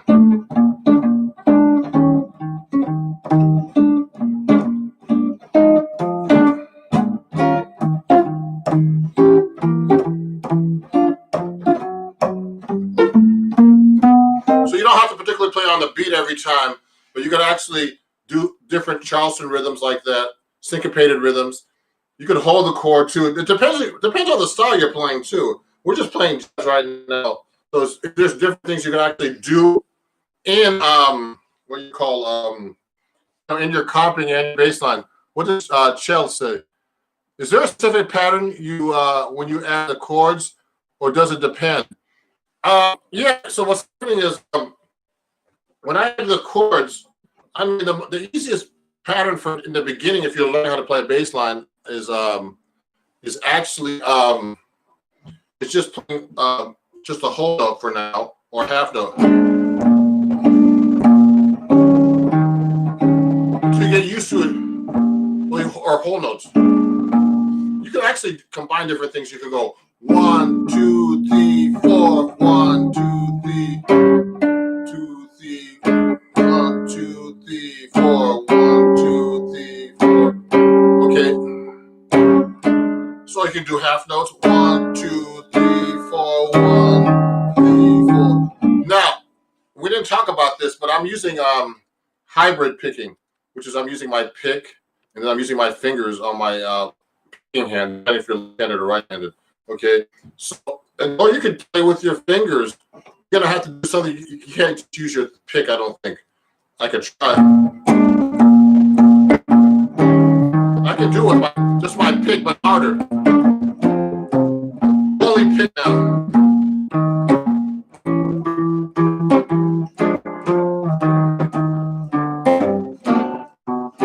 So see, so when I'm playing the chord, there's patterns I'm using, but you have to get used to doing them. So you can start off with easy patterns like whole notes, half notes. You know, you can combine like quarter notes. What I did was 1, 1, 2, 3, 4. So I went quarter note, then dotted half note. 2, 3, 4. 1, 2, 3, 4. 1, 2, 3, 4. You know, I just do the bass line.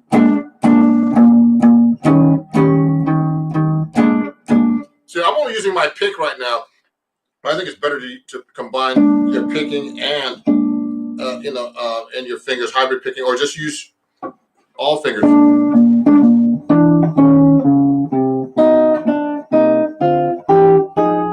Now, what I'm doing too is like, so I'm not only doing bass lines, I'm also doing passing chords. Okay, and, and that's a whole different world. So if I'm going to go up and do a bass line, you really know your inversions and passing chords.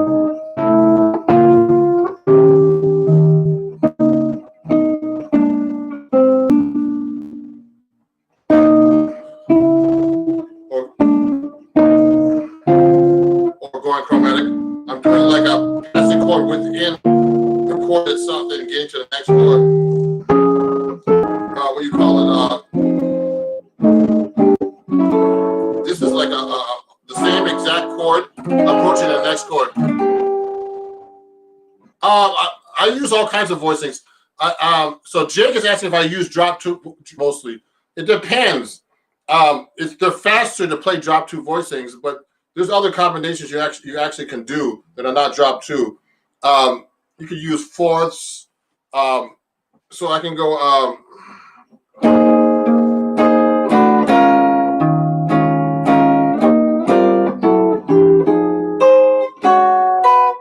You know.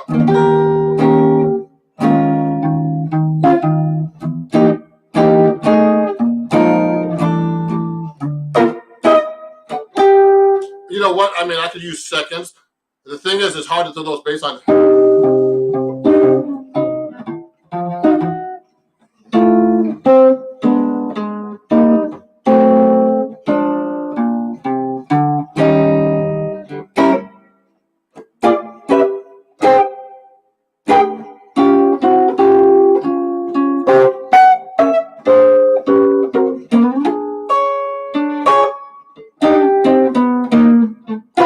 Actually, I love Bill Evans's playing. Actually, do you learn? Oh, wait a second, Jake. I like Jake. He asked a lot of questions. Was going to ask you that too. Learn those. Have you been through melodic minor and other harmonies though? Oh yes, of course. Now, I mean, this is not a harmony workshop, but if you have questions about melodic minor, you definitely have to know your melodic minor modes as and your harmonic minor for the advanced jazz scales. Okay, so if you're playing over, so Jake had a great question. And if you're playing over, let's say you're playing over a B flat altered. You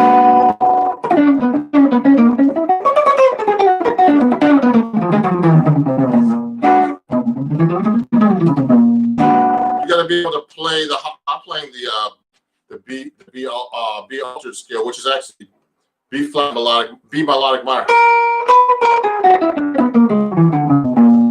Now today we're only discussing bass lines and chords, but I could do a workshop eventually. If you join my Patreon, I have stuff about the harmonic minor. I'm going to be putting up and the melodic minor. Okay, and they're very, very important because what's happening is you really need to know those kind of scales to be able to play more modern stuff, jazz and everything. Okay, so I mean, like all your altered scales. So if I'm playing the melodic minor, let's say I'm playing an altered chord, you need to know that if you're playing a Lydian dominant, well, actually a dominant 7 scale with a sharp 11. I'm using a B. I'm actually using a B flat melodic minor.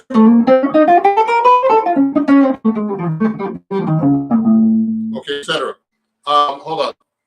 And also, harmonic minor is very important too in jazz playing. But so that's a whole, that could be a whole lesson, a whole workshop. Let's try to do chord melody today, though. So anybody, oh yeah, I'll be there for that. Thanks. I know the scales. I mean, with those stacked fourth, particularly, have you built those stacked fourths for melodic minor and and harmonic minor? Yeah, sure. So you could do that. What? Okay. You could do things like that with a melodic minor, etc. Okay. Okay.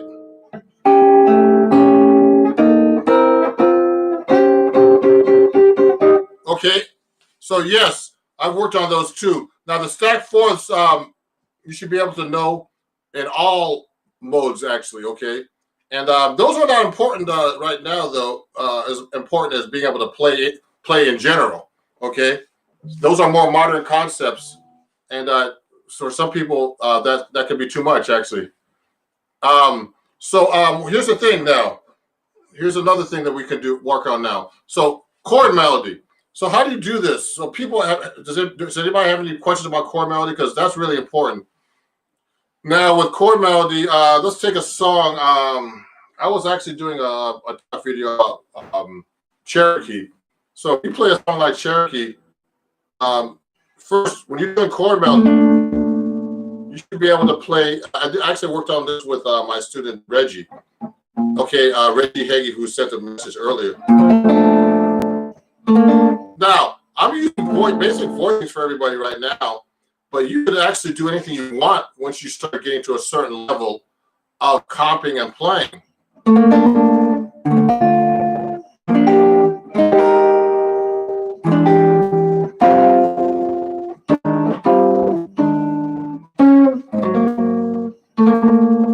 So I mean, I'm doing second, all that kind of fancy stuff, but you should be able to play basic inversions. So if I'm playing a song like Cherokee, I'll go.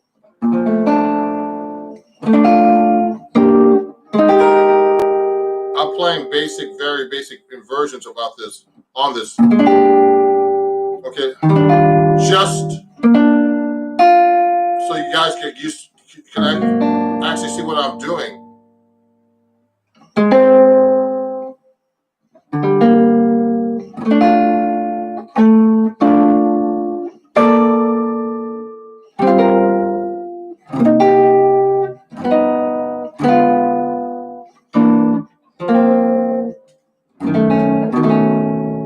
So now I can do more fancy stuff.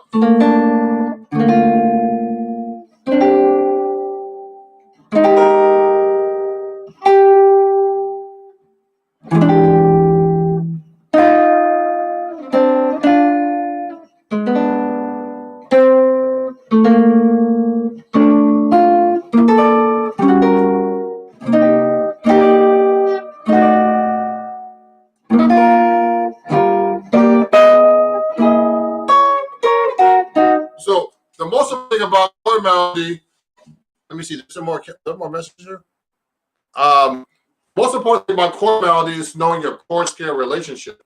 Okay, and so your chord scale relationships are very important. Okay, so I'm playing a song like Cherokee. If you want to look that up in your real book, if you're watching this, is to be able to know what note you're playing against the chord, because then you can voice your chord under that. So if I'm playing Cherokee, the first note's a D. So I know that's a third, okay? So if I'm playing, but you gotta know where that is on your B flat chords, on a B flat chord. So you can play that so many different ways on a B flat. Now remember, when you're doing chord melody, you could do a basic arrangement of the chord. Oh yeah. Oh yeah, someone want me to mention that I have this book. You want to get a copy of this. It's called, you can't really see it's backwards, but it's called Chords at Your Fingertips. I read for Acoustic Guitar Magazine, and there's there's some great exercises here where we do different things. Jake, if you're interested in this book too, it's a great book. There's some great players in here that have written some stuff. There's different subjects, breaking down, suspended harmony, drop two chord changes, all about the bass, which I've written about. Sorry, that's something else. Pass it on, jazz bass lines. The jazz bass lines is in this book actually too, if you want to get it. Okay, it's by acoustic guitar. It's called Chords at Your Fingertips by Hal Leonard. Okay, and also harmonic horizontal harmonies. Adam Levy, who's a great guitar player. Melodic lines expressed through chord changes. Shape shifting, playing chords from the minor pentatonic scales. Okay, there's some great stuff in this book. If you want to get into more chords, okay, you could get that at my shop on my website. And if you want to get more into chords and all the bass line stuff, okay, it's a really great book. So it's Chords at Your Fingertips. I have another book coming out on acoustic guitar. It's modal skill mastery. So that's one of the books. Now, so chord melody. So the chord melody is very important because oh, you're welcome. So chord melody is very important because so I do a lot of solo guitar stuff, and particularly if you have any questions about this guitar, let me know. This is an Eastman, and you can find that on my Amazon store, which I'll talk to you about in a minute. Let me get my other guitar, because I do 7-string guitar. Some of you guys see me playing the 7-string right here. So the 7-string adds a whole new world to the bass line, if you want to get into bass lines and stuff. So sometimes I mostly 7-string, so sometimes when you want to get to the chord melody stuff, this is the stuff.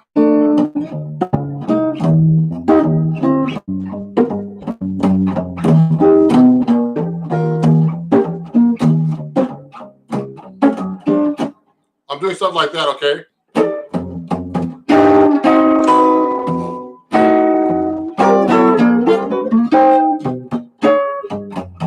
So if I'm doing a song like Cherokee, the 7-string adds a lot more fullness to the song.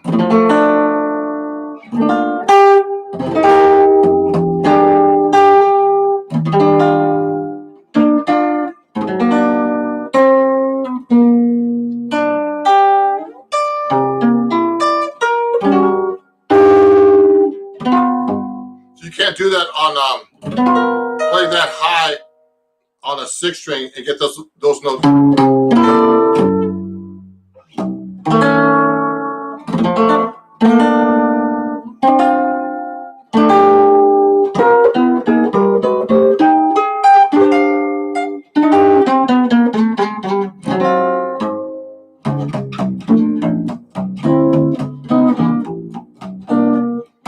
So the thing is, what's really cool is with the 7-string, you get all the cool bass.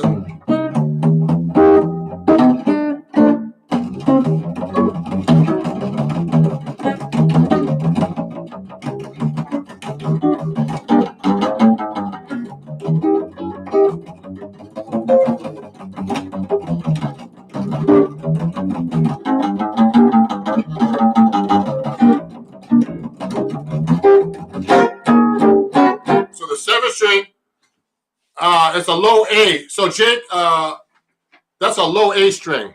Let me write that in for you. Low A. So I studied with a great guitar player named out here in New York called Bucky Pizzarelli, and he got me to playing the 7-string. So I tuned the 7-string. When I first started playing the 7-string about 7-8 years ago, Bucky said to me, unfortunately, Bucky passed away from COVID right at the beginning of the epidemic with his wife. They both died of COVID, unfortunately. But anyway, this is a low A. Okay. Now, jazz guys play a low A. Okay. Because Bucky, the guy that Bucky studied with was a guy named George Van Epps.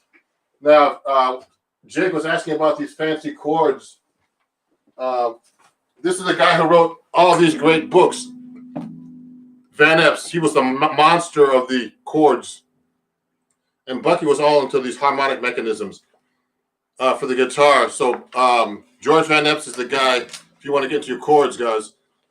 And he's the guy who played 7-string guitar too. So I'm trying to pass it on. If you're interested in learning 7-string guitar, go to my Patreon and join that so you can actually get some 7-string lessons. Okay, because I want people to learn 7-string because it's not done much in jazz. Only a handful of us, about 10 of us in the world, do that. Okay, and also, so we tune it to a low A. The rock guys like Steve Vai and those great guitar players, monster guitar players like Steve Vai, they play with a low B. And in Brazilian music, they use a low C. So, we get the lowest of the.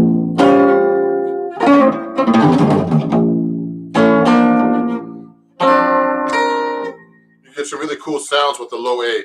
So I really love that aspect of it. So if you're doing solo guitar, this is like the best instrument for solo guitar work and chord melody stuff. You can get.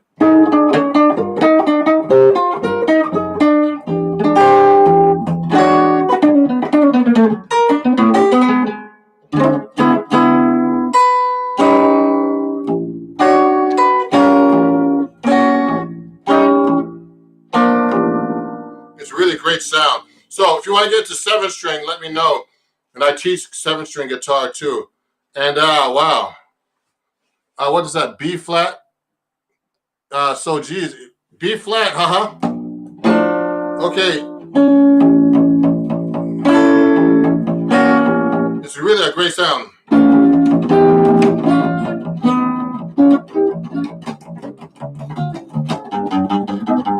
You can get really cool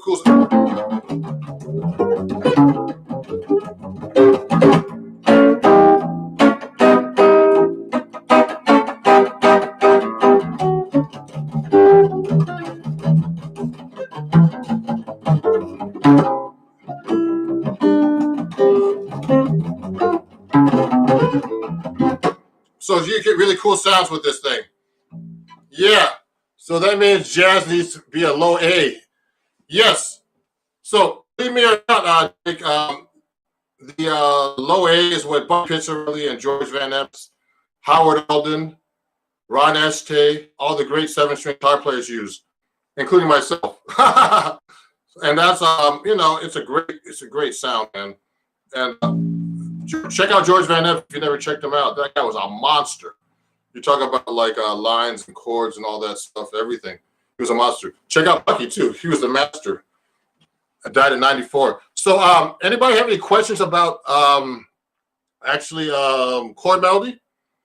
It's funny today. The reason why I started my workshop a little earlier is because I actually have a gig today in New York. So, gigs are rare recently.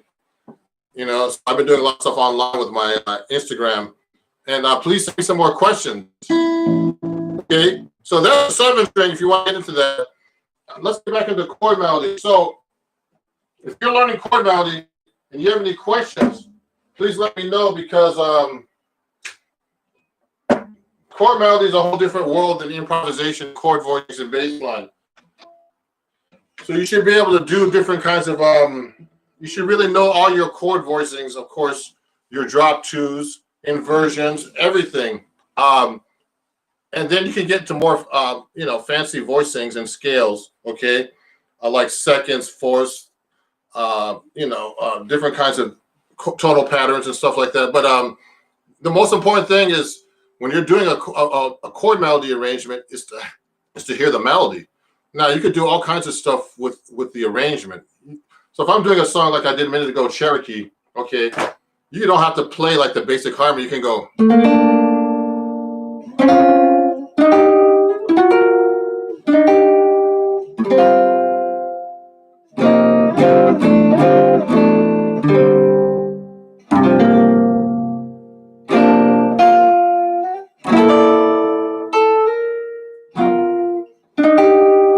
See what I did? I just mixed up all kinds of different little weird, chordal harmony and and seconds and fourths and dissonances and all kinds of stuff.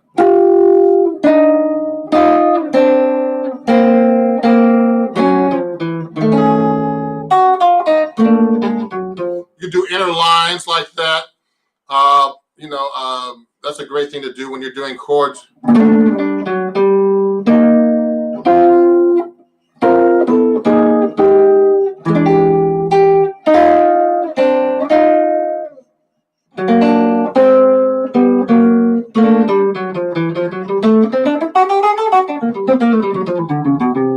can fill in between the chords, etc.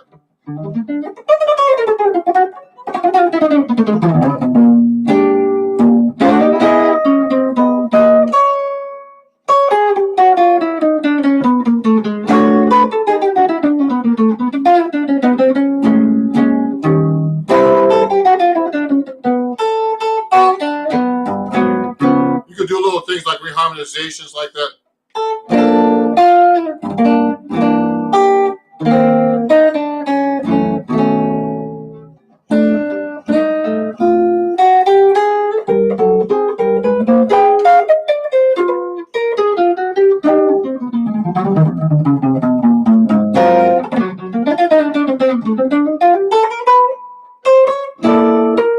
So what I did was, when I'm doing solo guitar, Jake, Jake, man, you have a lot of questions. I like this guy. Anybody else has questions? So, do you play just the chord scales for the fills? No, I'm doing long. Most of the time, actually, when I'm actually filling, just so you guys know, when I'm doing fills in general, they're based on chord scales, but they're actually mostly lines I know. So when I'm filling and doing different kinds of lines, I'm not playing scales really. But scales are what I teach everybody how to play scales in the beginning, because you have to know your scales. So if I'm doing like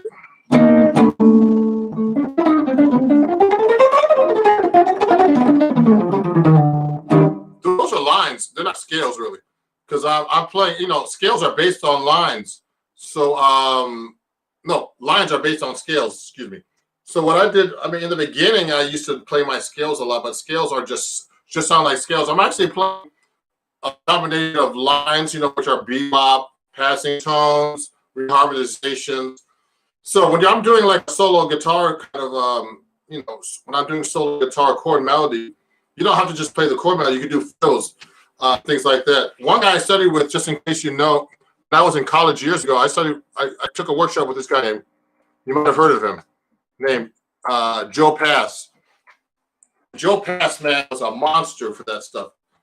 He had a few records out, Virtuoso. That guy was really a monster. And, it was really funny. There were like, it was at Berkeley. I went to Berkeley College of Music. So there were hundreds of guitar players watching. And, oh, yeah, okay, yes. So, Federico, I saw Joe. So anyway, Joe Pass, there was a guy like you, Jake, in the class. He was asking like, Joe Pass, hey, can you play giant steps and all kinds of stuff? And he was like, I'm not here to prove anything, man. That's what he said. It was so funny, man. He was like, but he was a monster. He didn't have anything to prove. He played and he talked about it. He said that there were some guitar players in the room that must be good, because if there's 100 guitar players, there's got to be at least 1 or 2 guitar players who are good. He was a really interesting guy. But anyway, Joe Pass was a monster. So I took a class with him, and some of my concepts would come from him for solo guitar playing. But Federico, what's your strategy to recommend start to do chord melody? So anyway, here's the thing. So when you want to do chord melody in the beginning, you have to, like I told you in the beginning, you have to start knowing your what's the word? You still have to you have to know your notes according to what the chords are. Okay, so you have to know chord scale relationships and know what the melody note is against the chords.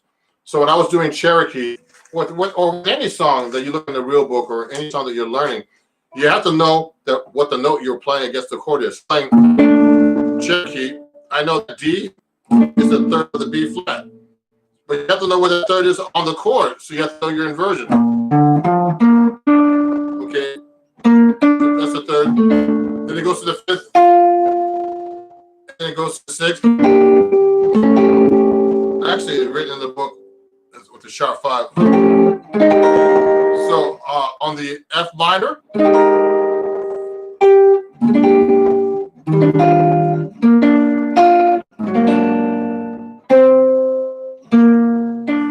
gotta plug my Wi-Fi in. Hold on one second, guys. My connection's not stable. I'm gonna plug in my. Okay, it's better now. I'm gonna plug in my direct line into the internet. Okay, so you gotta know the chord melody, chord scale relationship, and then you gotta know your inversions of the chords. So if I'm playing another song, like a good example is this song called "Love Walked In." So "Love Walked In" goes in the key of F. It starts with the third on the F chord, then just goes up from the fifth to the 7. That's "Love Walked In." I'm playing "Love Walked In" so you guys know. Walked in. That's the jazz standard. So that song basically just does triads in the melody. So you have to know your inversions. So the melody goes.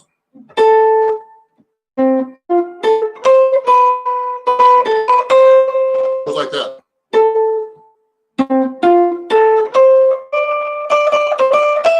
So I'm going to play that. I'm just going to go. The easiest thing for me to do is just go triads.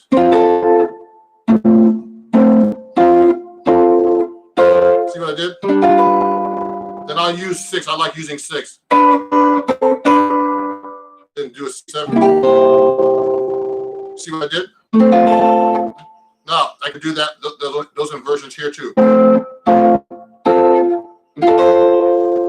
Watch. Now this is an inversion. Okay, that's one way to start doing chord melody.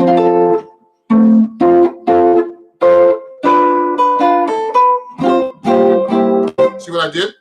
Okay, and so that's one way of doing chord melody. Now, if you're doing a song like a ballad, like "Polka Dots and Moonbeams," which is like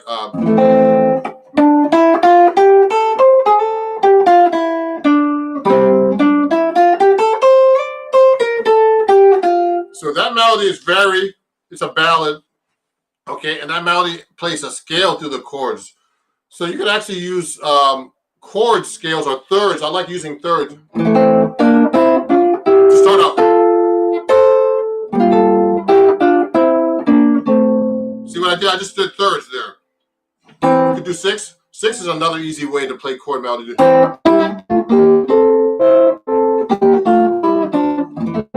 is all diatonic too, I'm thinking.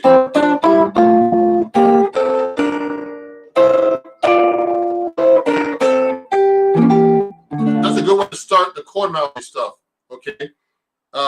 Being able to play within the scale diatonically. You have to really know your chords and your chord scale relationships, okay? Chords and scale relationships. Okay? So I'm going to be able, I could go on for a few more minutes and I have to get ready to go. So if you're enjoying my workshop, please follow my TikTok, which I do a lot of lessons on, really short lessons. But the most important thing is if you really want to learn this stuff is study with me. So you can go to TikTok, Instagram, which you found me, and Facebook, YouTube, it's all Ron Jackson Music. Facebook, okay, at Ron Jackson Music. I'm writing this down for you. Okay. So you can go, because I do a lot of lessons there. And also, go to my website, ronjacksonmusic.com. You can get this book I do a whole lesson. It just came out in the latest issue of Acoustic Guitar Magazine too. And it's in this book for you permanently. I do 4 lessons here with different kinds of things here. One of the things I do is I harmonize like Chet Atkins here. That's a really great thing for chord melody. Also, walking bass lines. There's a whole thing about walking bass lines. Yeah. And Reggie, my student over there, is learning all this stuff from me. So, you know, I'm about to finish up. So if you want to get this book, please get it. Chords at your fingertips. Okay. And, you know, keep in touch on Instagram, everybody. I'm going to do another giveaway in a couple of weeks for next month's live lesson for my Patreons, but for my patrons at Patreon, which you have up there at www.patreon.com/Ron Jackson Music. And you could join that for as little as $3 a month, actually. And there's a ton of material up there already. You're welcome, Jake. Send me your website, Jake. Email me, guys. Here's my email. If you want to keep in contact with me, send me your emails. Ron Jackson Music. Hold on. I'm slow. At gmail.com. Send me your emails so we can keep in contact. Yeah, okay. If I don't have them, you're welcome. Yeah, so, you know, there's a lot to cover in only 45 minutes or an hour. So I appreciate you guys coming on. I'll have tons of stuff. I also post stuff on Instagram. Some of my lessons from TikTok, which are a minute long, but they're very effective lessons about basic skills, you know, because a lot of people on TikTok are still learning too. Okay, so thank you, everybody. Keep in touch, and I'll see you guys soon on, you know, in person, I hope, or online like we're doing right now. Thank you. Have a great day. Bye-bye. Thank you, guys. You're welcome. Thank you. Thank you. Welcome to America. Bye-bye.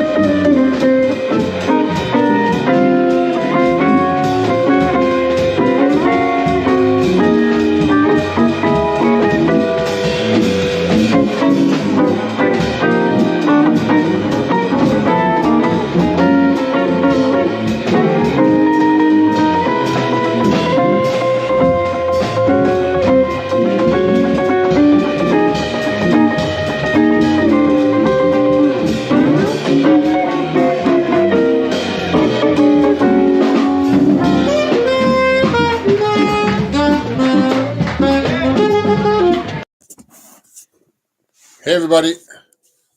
I'm gonna get ready to do my live stream right now. Just setting up. So I'm expecting some people right at 2. I'm a little early.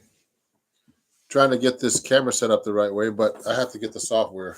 I got a brand new camera, and trying to zoom in the background, but I don't have the software installed yet. So sorry, guys. But I have my TikTok hat on, and I'm gonna, please start asking questions already. I might play a song for you while we're waiting on my 7 string to get some people to come in. But let me write a little chat here. Welcome. Please ask any questions during this workshop. This Patreon only workshop. Okay.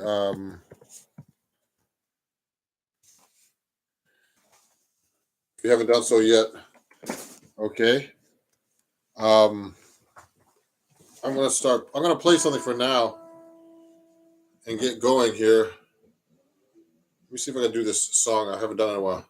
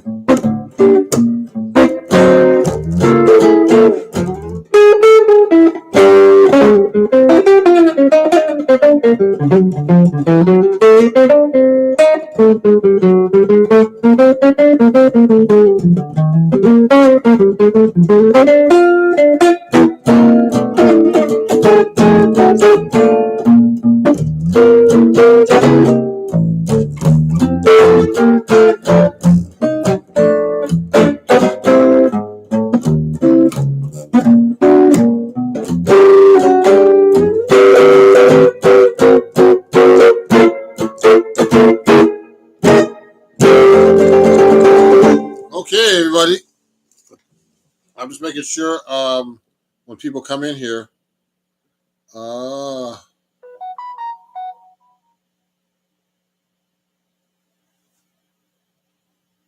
Oh, really? Okay, hold on. Let me see what's going on here. I gotta resend the link and make sure this is working. Hold on, guys. Let me go.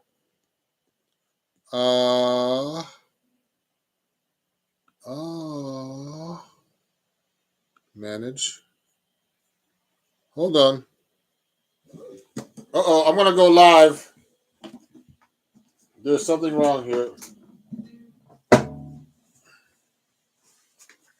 Okay, Sean. Let me send this to you. I don't know what's going on here. I think I made a mistake. Let me do this here.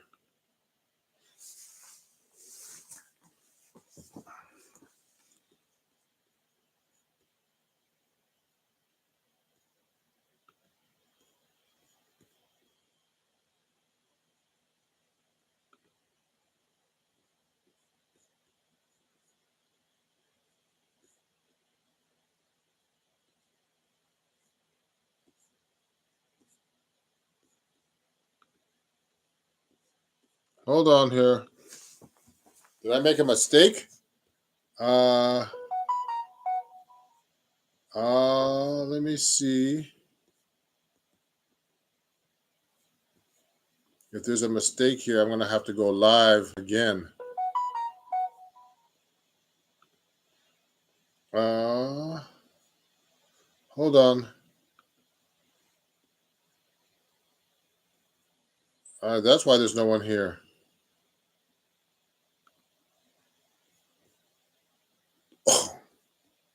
Let me go to my studio.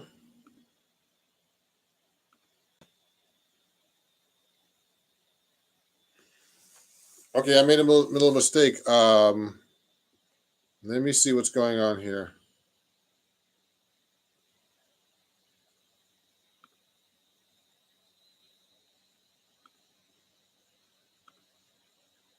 Okay, I'm gonna have to resend this. Let me do this right now, everybody. Sorry about that.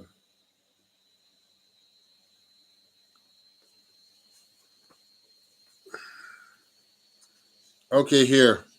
Let me send this again. Uh-oh.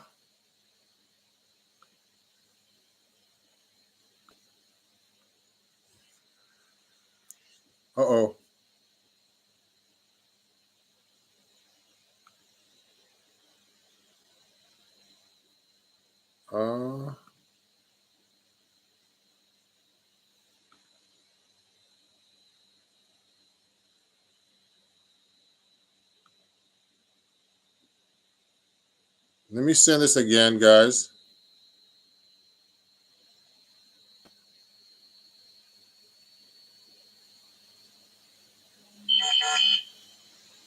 Hold on.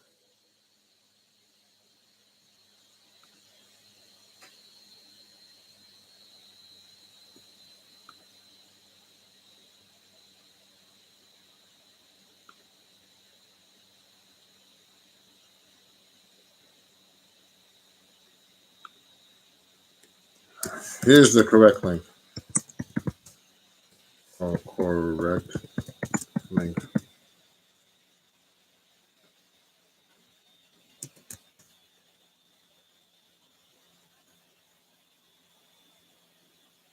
That's correct.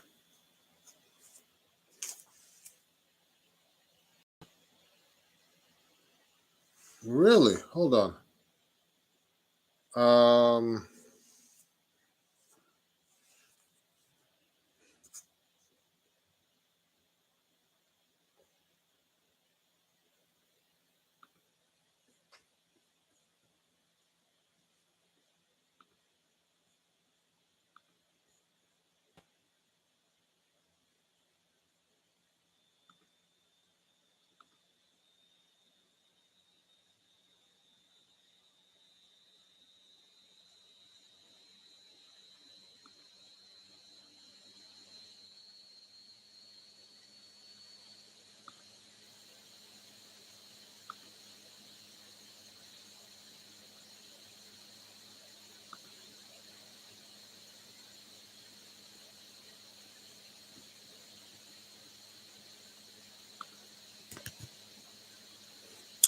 Okay, I'm gonna have to go live.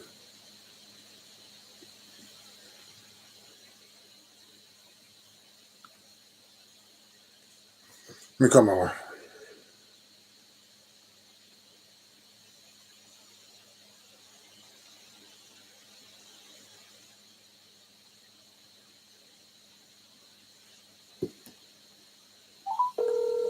Someone's watching me, but I don't know who.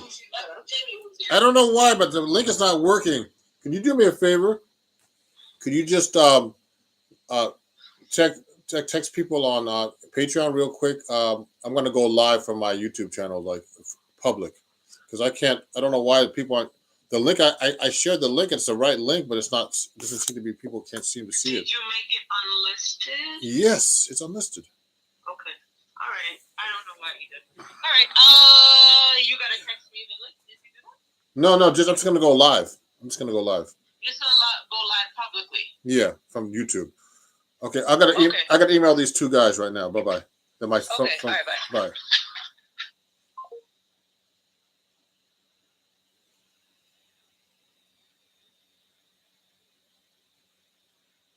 Going live in public.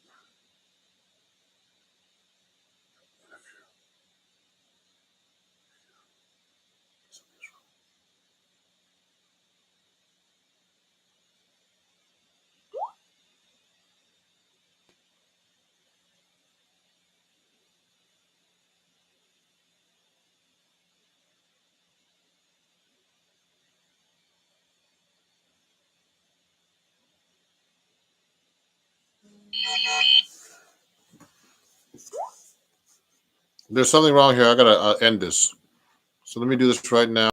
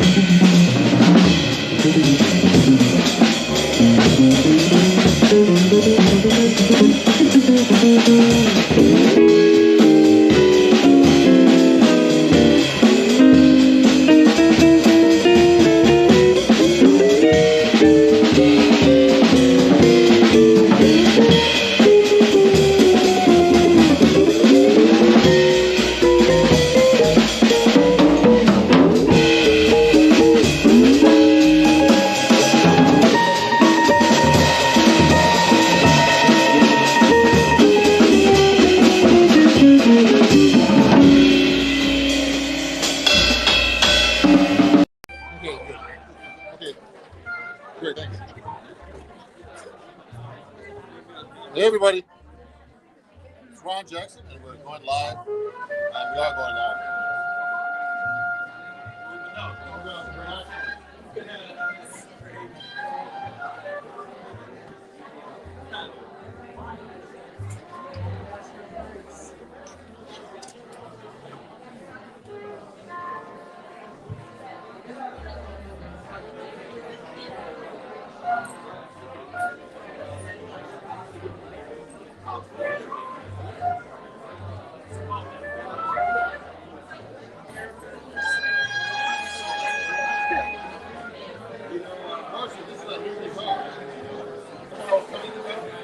I tried to get Jigga killed. I got killed. Oh, yeah, no, I want to go to the back.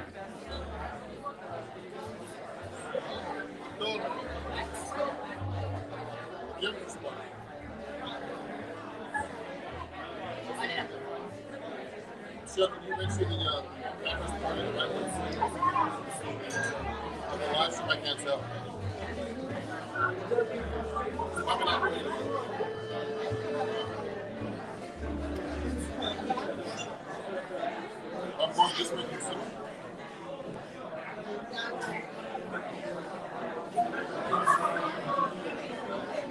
Wow, it's really good. It's really good. Wow.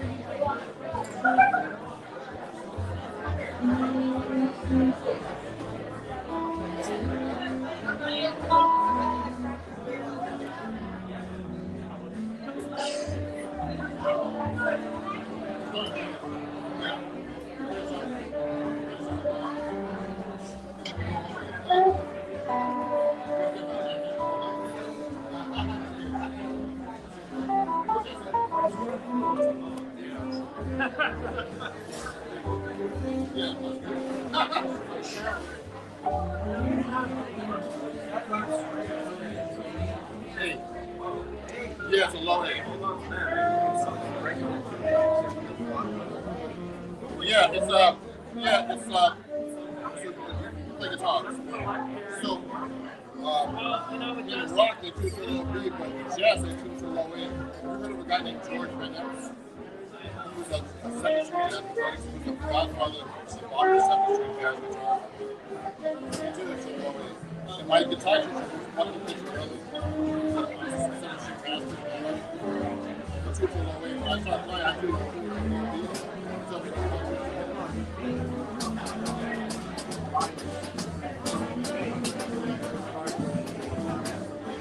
Yeah, this is standard.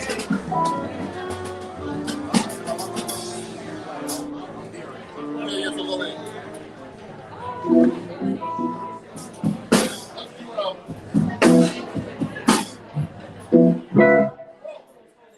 Sorry. Turn this off. Get started. Hey everybody, how's everybody doing? Good? Yeah, we like rowdy crowds, and I'm always thinking this is Cafe Street, but it's Mama Camp. No, I don't know how they got the name, but I like it. Oh, it's a Motley Crue song. Oh, okay. Yeah, so everybody, just so you know, this said I'm live streaming to my YouTube channel, Facebook channel, and LinkedIn channel. It's all follow me at Ron Jackson Music everywhere, everybody. Ron Jackson Music, I'm live. So you guys are live right now, so make sure you sound rowdy into the music.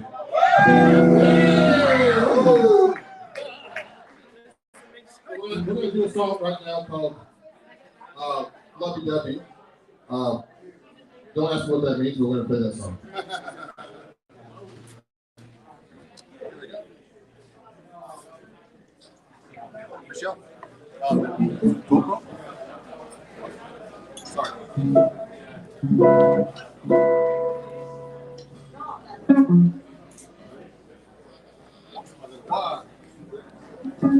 One, two, three, four.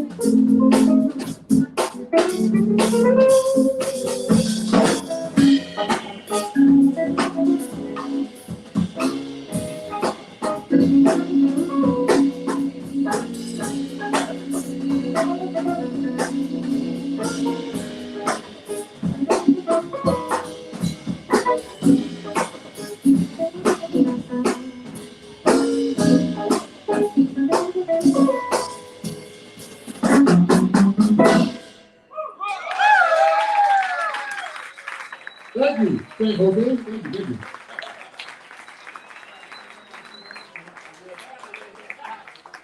So I found my way over here to San Jose. I didn't know the way I use the GPS actually, but thank you guys for coming out. Really appreciate it. Great crowd tonight. Thank you. And there was a blue book going around, not a black book, a blue book. If you want to sign up to my email list, it's right over there. Oh, you have it. Oh yeah, you try to keep it. So hand that around. And if you have any nice comments to make, we'll post them on my website, ronjacksonbeat.com.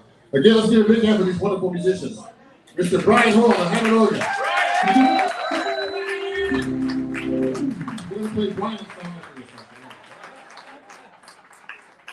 We have Miss Sylvia Cuenca on drums. All the way from San Jose. And her dad plays guitar, and he's one of my fans too. Thank you.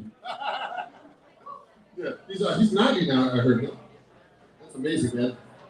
You know, my guitar teacher, who got me playing the 7-string guitar here, Bucky Picciarelli. He actually he passed away at 94. Actually, he was one of the first people I knew that passed away from COVID. Actually, right at the beginning of the pandemic, and he was the guy that got me through this guitar. So.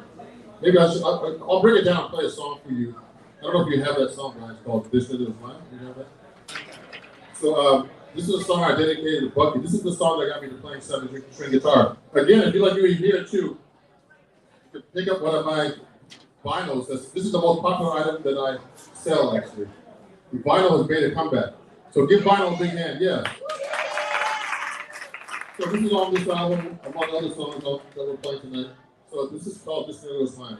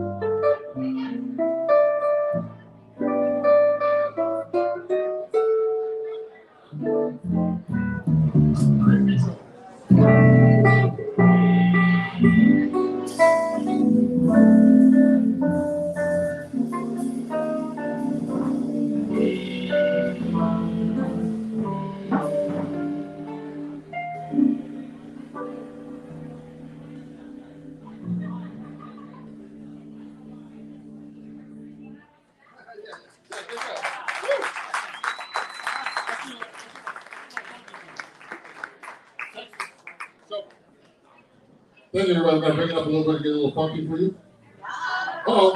Anybody here from Texas? Okay, that's good. I'm just kidding. No, I'm just kidding. You know what? One of my other mentors on guitar, Melvin Sparks, who passed away in 2011, and he produced one of my albums. Some of the funky songs you hear tonight. And this song is another song dedicated to him because he was from Houston, and this is called the Texas Shuffle. Woo! Uh-oh. You can dance to this one if you want.